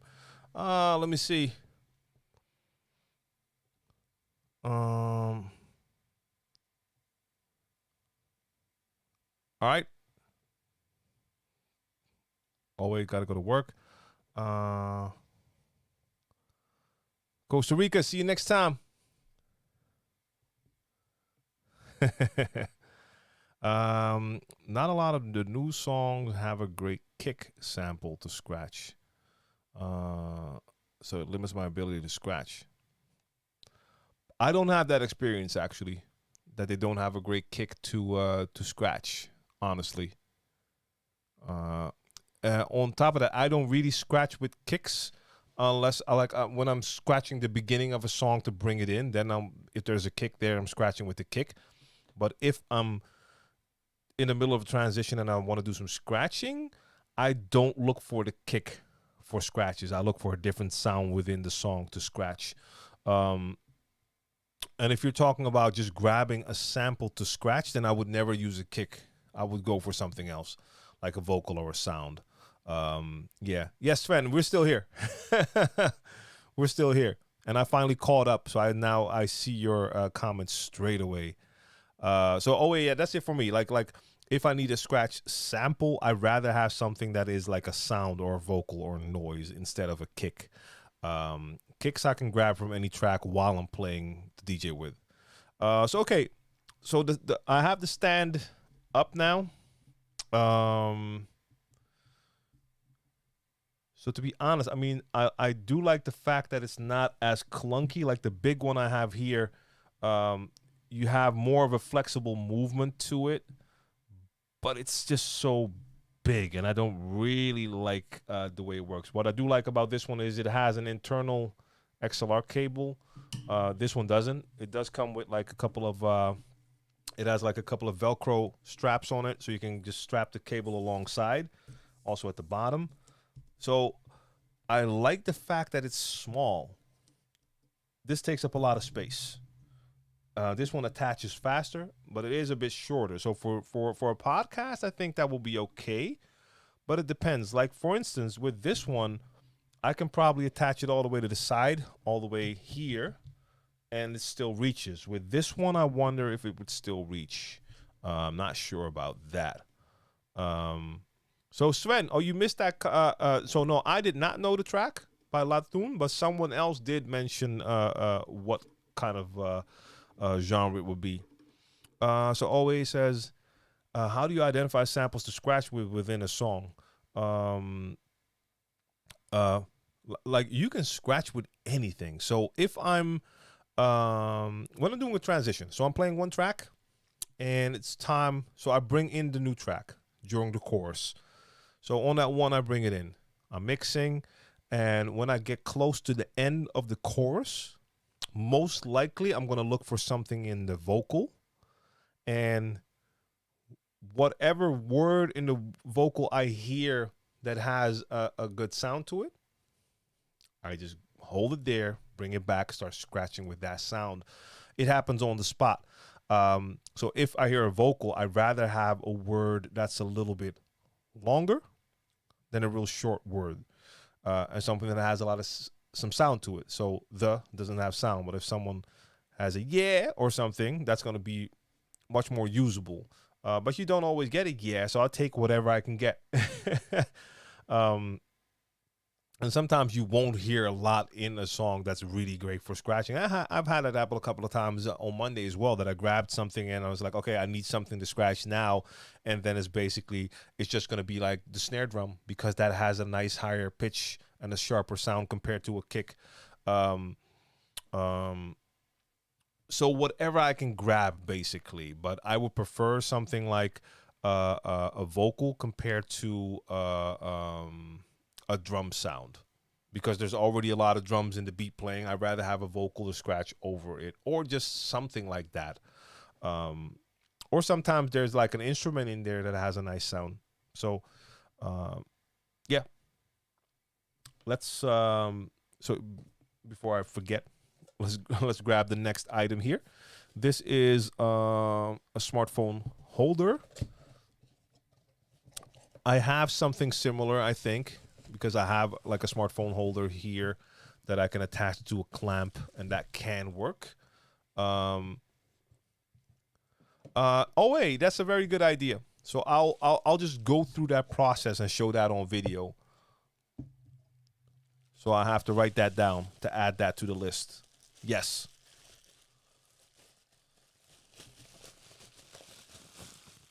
All right, let's see. Okay, so I can tell, like, they're using the same clamp as the one on the arm, but in this case, you're gonna attach that to this clamp right here, to this arm right here. So for instance, I can put it on, even though this will be a little bit low. So I'm just gonna tighten it real quick. Yeah, you can't really see it here. It's not a good background, but it's on there. And I can just twist the other one in any direction. Let me grab my phone. Is it elastic? Okay, so this just opens up, and I can put a phone in. So I could have a mic on top. I'm gonna get a mic in a sec. We're gonna see how that works. But okay, as a phone clamp, this works. But I see it has like I see I can even detach this, and the bottom you can screw a tripod in here. It has the hole for it. But I wouldn't do that because I already have something for that. In the meantime, Sven says, when you make a transition by dropping it at once, where can you find in the old track a good part for getting out, and in the new track a good part for getting in?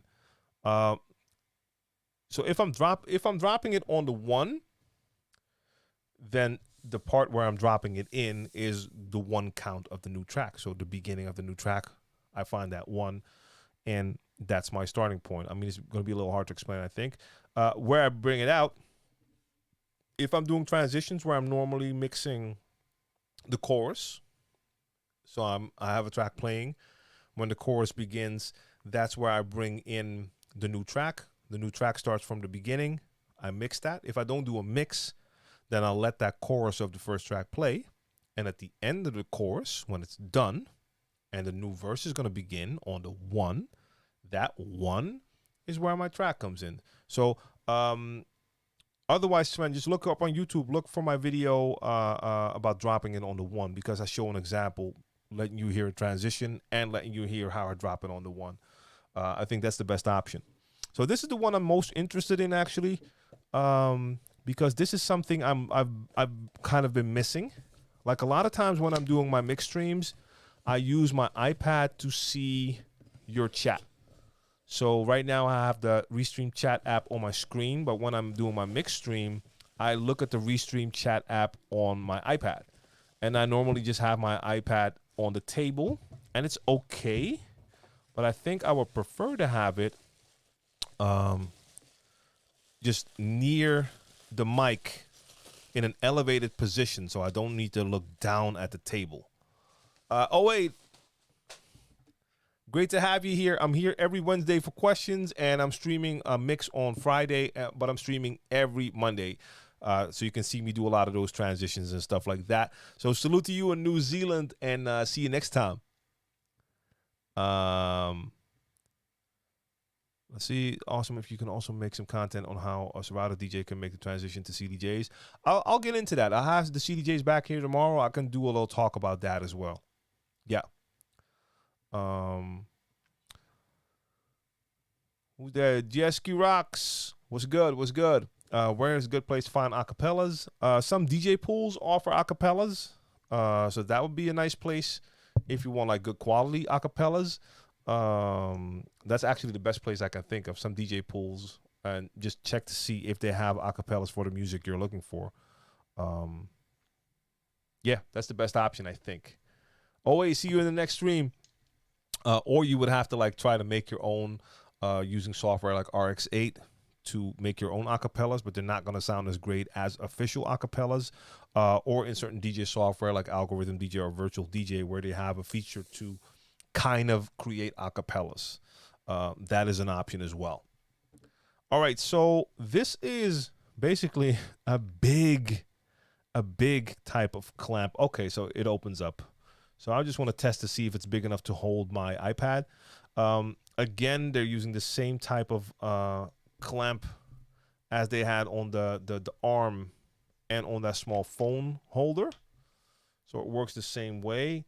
So what I want to know now, like how sturdy is this? Can this, because this thing is pretty heavy on its own.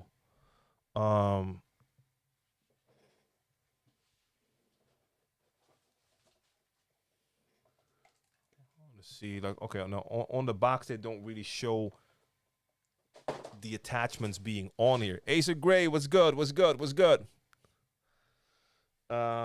So let me quickly check.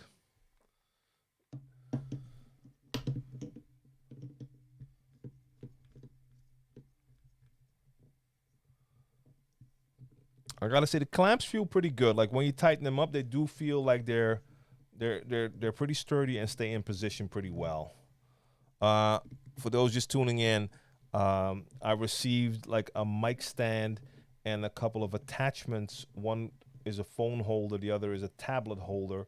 So I'm just quickly checking to see how they look, feel, and work.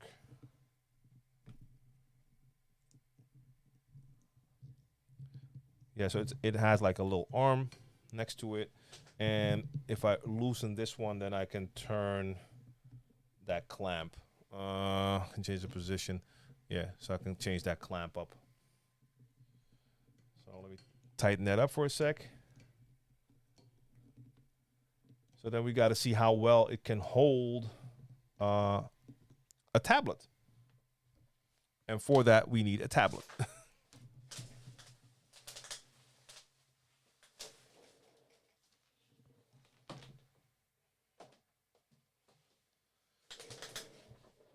All right, let's see. Let's see. I should probably take, yeah, I need to take it out of the cover though. I can see otherwise this is going to be an issue. I hardly ever take it out of the cover, so it's normally always in there, but I should take it out now. Okay, so it kind of, it has these indentations, so I guess those need to be up against. They have like a softer rubbery inside, so it does protect your your tablet. Let me just attach this real quick.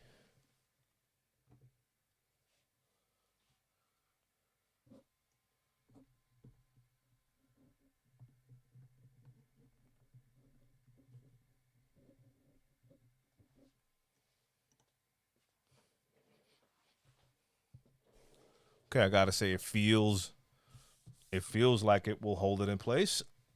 Let me see if it will move up and down. No, that feels like it stays in place. Hey, sir, I'm here every Wednesday. Every Wednesday. So you can find me here every Wednesday with the Q&A. The replays are going to be on though, so you can catch the replay you're on YouTube right now. It's going to be on YouTube, Twitch, Facebook, and Twitter. I'm on Twitter as well, believe it or not. Okay, so that holder is pretty nice. I know for a fact that is the gadget I'll be implementing for sure. Yeah, I mean, it feels pretty sturdy all together. I just need to grab a mic. Take a quick peek at that. The only thing missing here, or is there one in here? I don't think so. Like this is not the right size for the mic. Let me just quickly see. Oh, wait. There we go. That is what we're looking for. That should be big enough.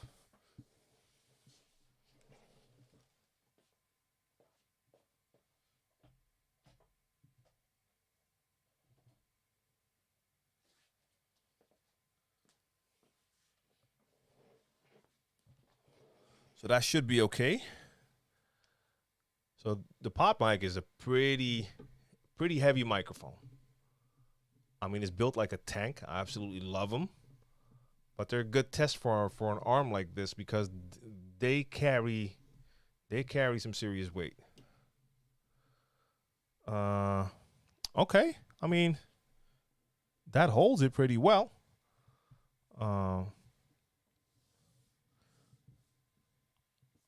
of like that. Okay, so it's not pointed at me. So let me do a quick test. Let me just move the whole thing.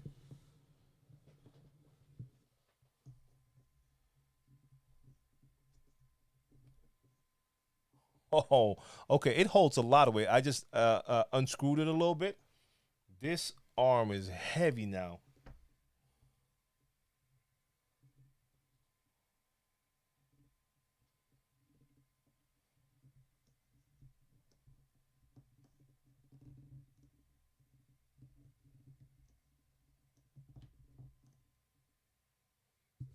That's what I want to see if it's going to be holding. No, you can't see it like that. If it feels like it can hold the weight. Like I gotta be honest, I'm a little scared. Like I tilted it, so right now it's not above the table. I want to point this in a way how I would maybe use it.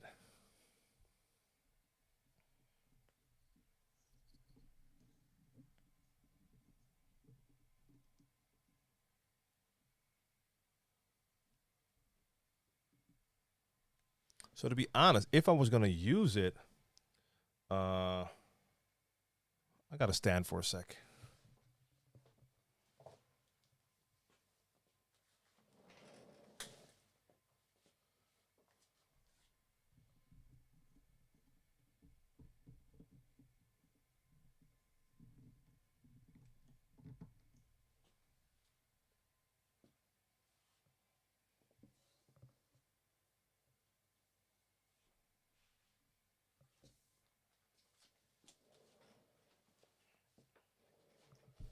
So here's the thing. If I want to use this for DJing, I would need to have it with the mic all the way at the top where I have it now, like right out of frame.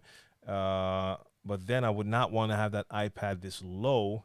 So that would mean I would have to attach the iPad to the upper part. I'm going to do that for a second. Hey, Pablo, what's good? I'm going to do that for a second. I don't know if I would feel comfortable having like an iPad Pro hanging there I mean, it is attached pretty well. I mean, it should be fine. Let's see. Because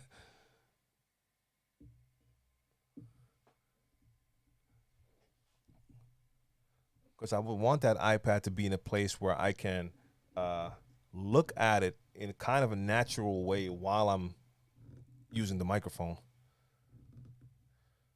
The clamps feel good, though.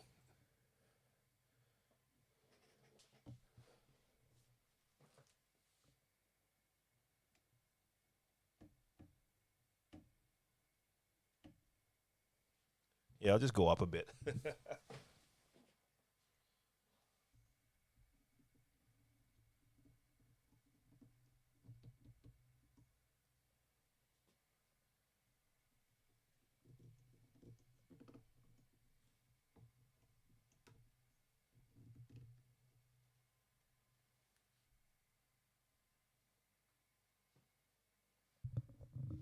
So basically, hey, Vess. Yeah, I mean, there's a little movement, but it does feel pretty steady. So basically, if I was DJing, I could have the mic. This would be like the position, and I could have my chat right there. So that is an option. Now, what I could also do, because the arm is a little bit short, that's the only thing. Now I gotta get that cam back. Get down. Yeah, that's far enough. The arm is a little bit short for a standing scenario, like for a desk situation, doing a podcast sitting. It's perfectly fine. I could also always use my Elgato multi-mount and just attach the two holders to that one, but I prefer not to have it attached to the actual desk, and Vess is actually saying that now. So what I did for the last stream or last two streams, I actually did not attach my microphone to the table, but I was using like a normal mic stand. I'm gonna take this stuff away again.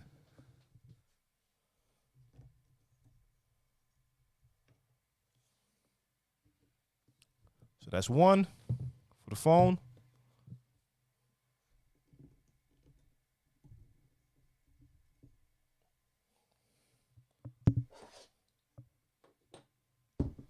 That's the one for the iPad.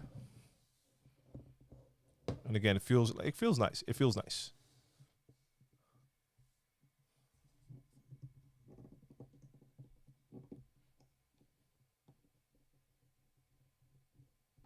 Oh, there goes that cam again.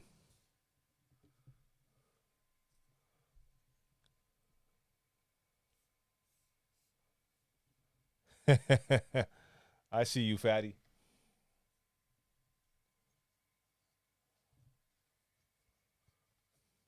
Take this off again, because that's the thing. I want to have as little attached to the actual table as possible, because everything will move. In the beginning, I would have like a stand and the overhead cameras attached to the table. So in those first streams, you would see that GoPro move all the time. You get more shaky footage, and you don't want that. So you want to have like the camera I'm using now for the when I'm doing my live stream, the overhead camera. It's attached to a stand that is actually attached to that side over there, so it won't catch any of the vibrations. And the GoPro, this one right here, that's normally my front angle. That's on a tripod in front of the table, so it won't catch any of the shakes. And like I said, for the microphone, I've been using like a normal mic stand. I have that right here too. Let me get rid of this first.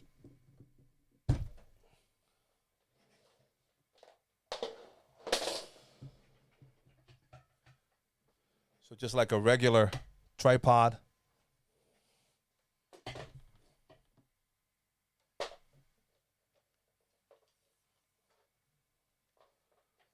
That can go all the way up, and that holds the microphone.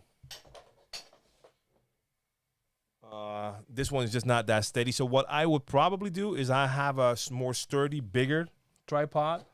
I would probably just attach the microphone stand to that and then have this one go on there. This is nice. I like this. Build quality feels good. It holds the iPad in place. Now, I had it on there like this. I think I would prefer to have it on there like this because that way gravity will never get it down. I mean, I'll trust that clamp. This is the only part that has me a little worried, even though when I'm doing this, I mean, it's not budging. So it should be fine. So I think I'm going to attach those two. I think I like those two a lot. I think I like the holder. The two holders I like a lot. Now, the little arm, I think I do like the arm for streams like this. I might use the arm, have it on the side instead of having the mic here. But I don't think it's long enough, high enough for my mix streams. All right, Black Bastard, what's good? Mixtape question: do I use my best material during doing live gigs, or do I put it on mixtapes? I've heard a lot of DJs live, and it looks like their club sets are way superior to their mixtape sets. Okay, that's new to me. Like, your mixtape is supposed to be your calling card, your business card, your promo material. You would want your mixtape to be great quality. Like, why would you have a mixtape with an okay mix and live you're much better? Because then when people hear your mixtape, what if people hear your mixtape and they're like, yeah, it was okay. And then you got to tell them, yeah, but live I'm much better. Are they going to believe that? So the best thing is if your mixtape would be just a great business card, something that when they hear, they're like, yo, that sounds dope. And then they hope you're going to be as good live instead of hearing your mixtape and hoping that live you're better. So, but I mean, I've never thought in ways of best material. So for me, I don't think that really accounts for me. I don't have material. I have music and I go DJ. So it's not like I have, like, if I do a mixtape, I'm going to do something, and live I do something totally different. But I would say make sure your mixtape is as good as how you can DJ live. Yeah, because if the mixtape is not convincing them, you're not going to convince them by telling them that you're actually better than your mixtape, because then they're going to be like, okay, but why isn't that on your mixtape? It could also be that you heard DJs live and the live experience, so the DJ set, including the entire ambiance, gave you an extra good feeling compared to hearing it just on a mixtape without the crowd reaction and without all of the extras. So that could also be the case, that the mixtape was actually really good, but then with the live elements attached to it, it became a better experience. So that's a possibility as well. Yeah. All right, so that was basically a quick unboxing. Like I said, the company called Hercules, but not the DJ brand, Hercules. They just reached out to me like, hey, you're doing a lot of live streaming and podcasts. We have something that would be cool for podcasts. And I was like, yeah, sure. I'd like to take a look at that. I was especially interested in this part right here. And that is the part that actually I'm the most happy with. I have to say the smartphone arm feels really good too, and I like their clamp, their screw-on clamp mechanism. That feels really good. I have something like this, a clamp for the phone, so this was not something I needed, but I like the way this feels. But again, these two are pretty heavy, so you do need a good steady stand to put them on. But the tablet one is really, really cool. So I will be using that this Friday for my stream, 1,000%. I'm still figuring out. Every time I'm streaming, I'm figuring out different ways to do stuff, different ways to do my overlays, different ways to set up my equipment. And this is going to be added. I want to actually have like a close-up mic on my mic stand, a close-up camera on my mic stand. So whenever I go to communication mode, I can put on that camera. I have another GoPro, and that I can go to that microphone, have all of the chat right there on that iPad. Have a cam there. I can talk straight into the cam, seeing the chat, and yeah, I'm gonna work that out. So I probably want this actually not to be below my mic, but even a little bit above, so I can basically have that right next to each other. That would probably give the most natural look and feel. But we'll experiment that with that coming stream on Friday. John Doe was good. John Doe 416. Yeah, we've been at it for quite some time actually, and I need to go get some work done. We've been in here for close to 3 hours and 40 minutes now.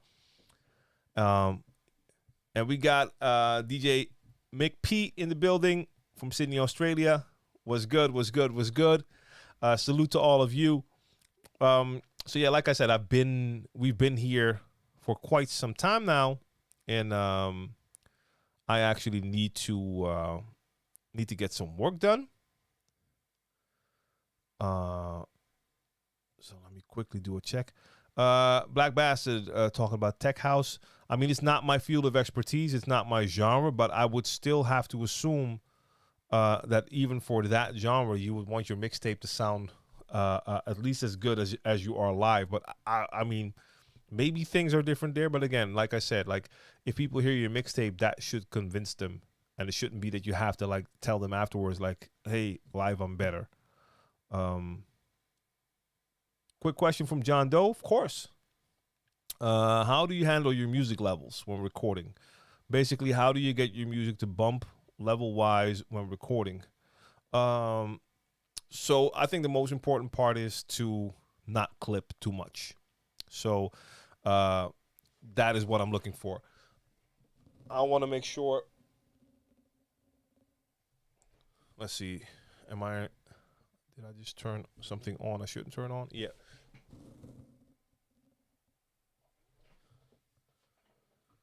Wait a minute. Okay, there we go.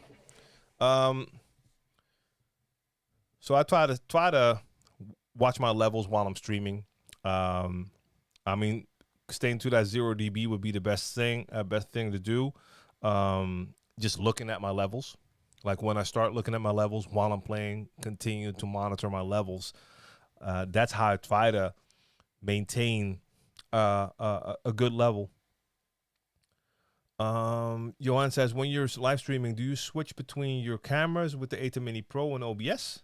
No. So I switch between cameras on the ATA Mini Pro. So all the switching happens here.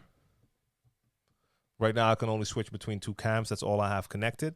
But that's what I use to switch the angles.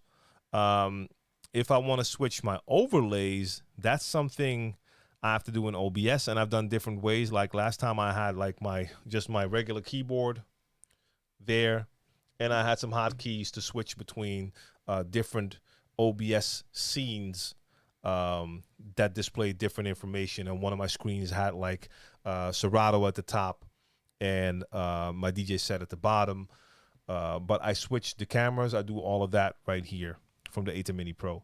So John Doe, yeah, that's just what I'm looking at. Just looking at my levels, starting out, making sure that my gain on my channels is not too high, and then watching the master level.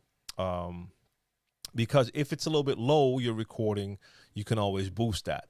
If you're clipping, then your audio is going to be messed up. So you want to be, you can better have it a little bit on the lower end than going over. Yes, Sven, see you this Friday. Gute Nacht, indeed. So yes, that is that. And I need to check one thing real quick. Are we still here? Yeah. Let me see what's going on.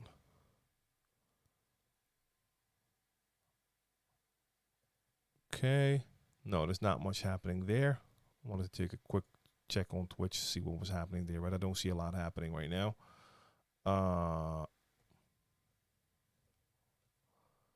No? Okay. Then I think I'm just going to end it like that. So I'm going to be live on Friday, this Friday, 9 p.m. Central European time. with certified bangers. That's going to be on Mixcloud, on Twitch, and on Twitter. Yes, Twitter. Twitter has been added to my live stream outlets. No problems there with the copyright so far. So twitter.com/DJ TLM, mixcloud.com/DJ TLM, and twitch.tv/DJ TLM. That's where it's at. That's where I'm going to be. So make sure you tune in on Friday for that. And let me see. Where's my... Do I have a stream ending here? Or didn't I add it here? Yes, I did. I have my stream ending, so I'm going to get that in here. So, right here it says 10. Am I going to do 10? I think these are the old times. No, I'm going to be on at 9. I need to change that. But if you come in at 10, I'll still be playing, but I start at 9.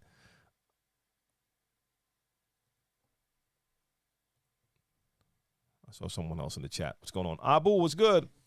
Megawatt Watson, what's good? You were watching a 6-year-old video and you missed me live, but hey, there's always the replay, no doubt.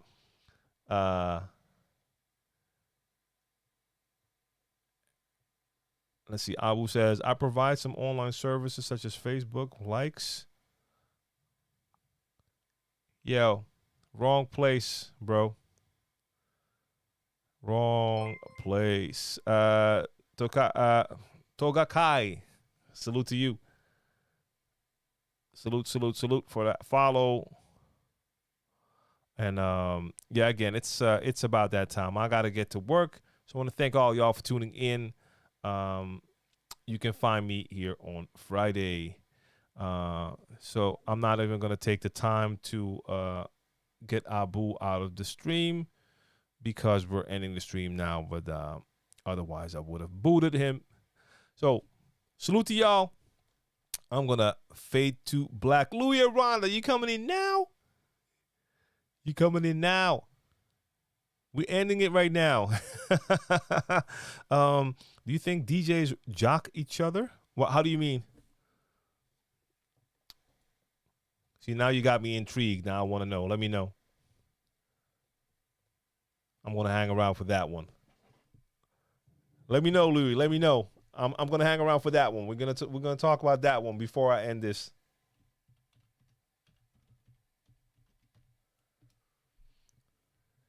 All right, and since we're still here, I'm quickly going to open up my Facebook so I can boot Abu, because Abu is not hearing.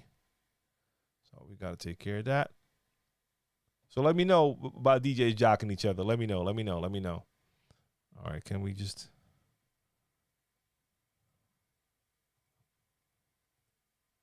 So they'll probably still appear here.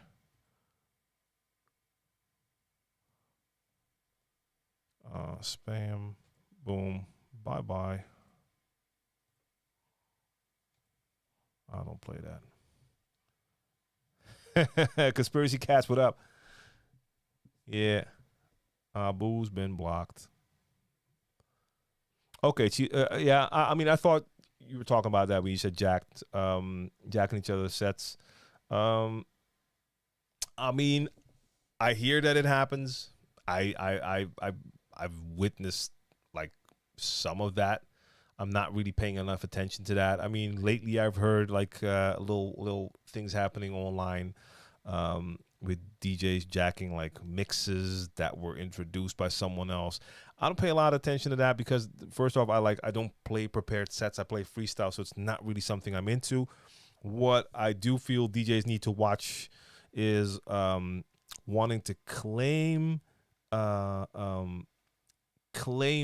mix when it's just a blend between songs. Because if it's songs, if the two songs are songs that are available to all DJs, then you are most likely not going to be the only DJ who thought about mixing those two songs. And we don't all hear each other. So I would always be very mindful to start screaming like, hey, That's my mix because I mixed those two tracks.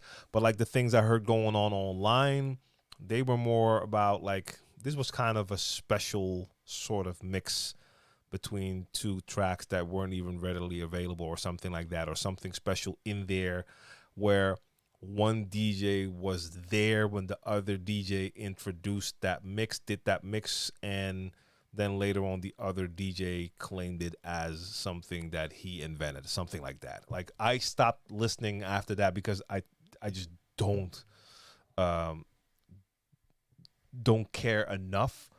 But I'm pretty sure like let's just say you're in the club playing and you mix two tracks. You take a break from one track and you have like a part of another track that you loop, and together it sounds amazing. Another DJ might be at that club that night, hear you mix those two and be like, that sounds dope. I want to do that too. Is he then stealing your mix? Yeah, I mean, he's copying it.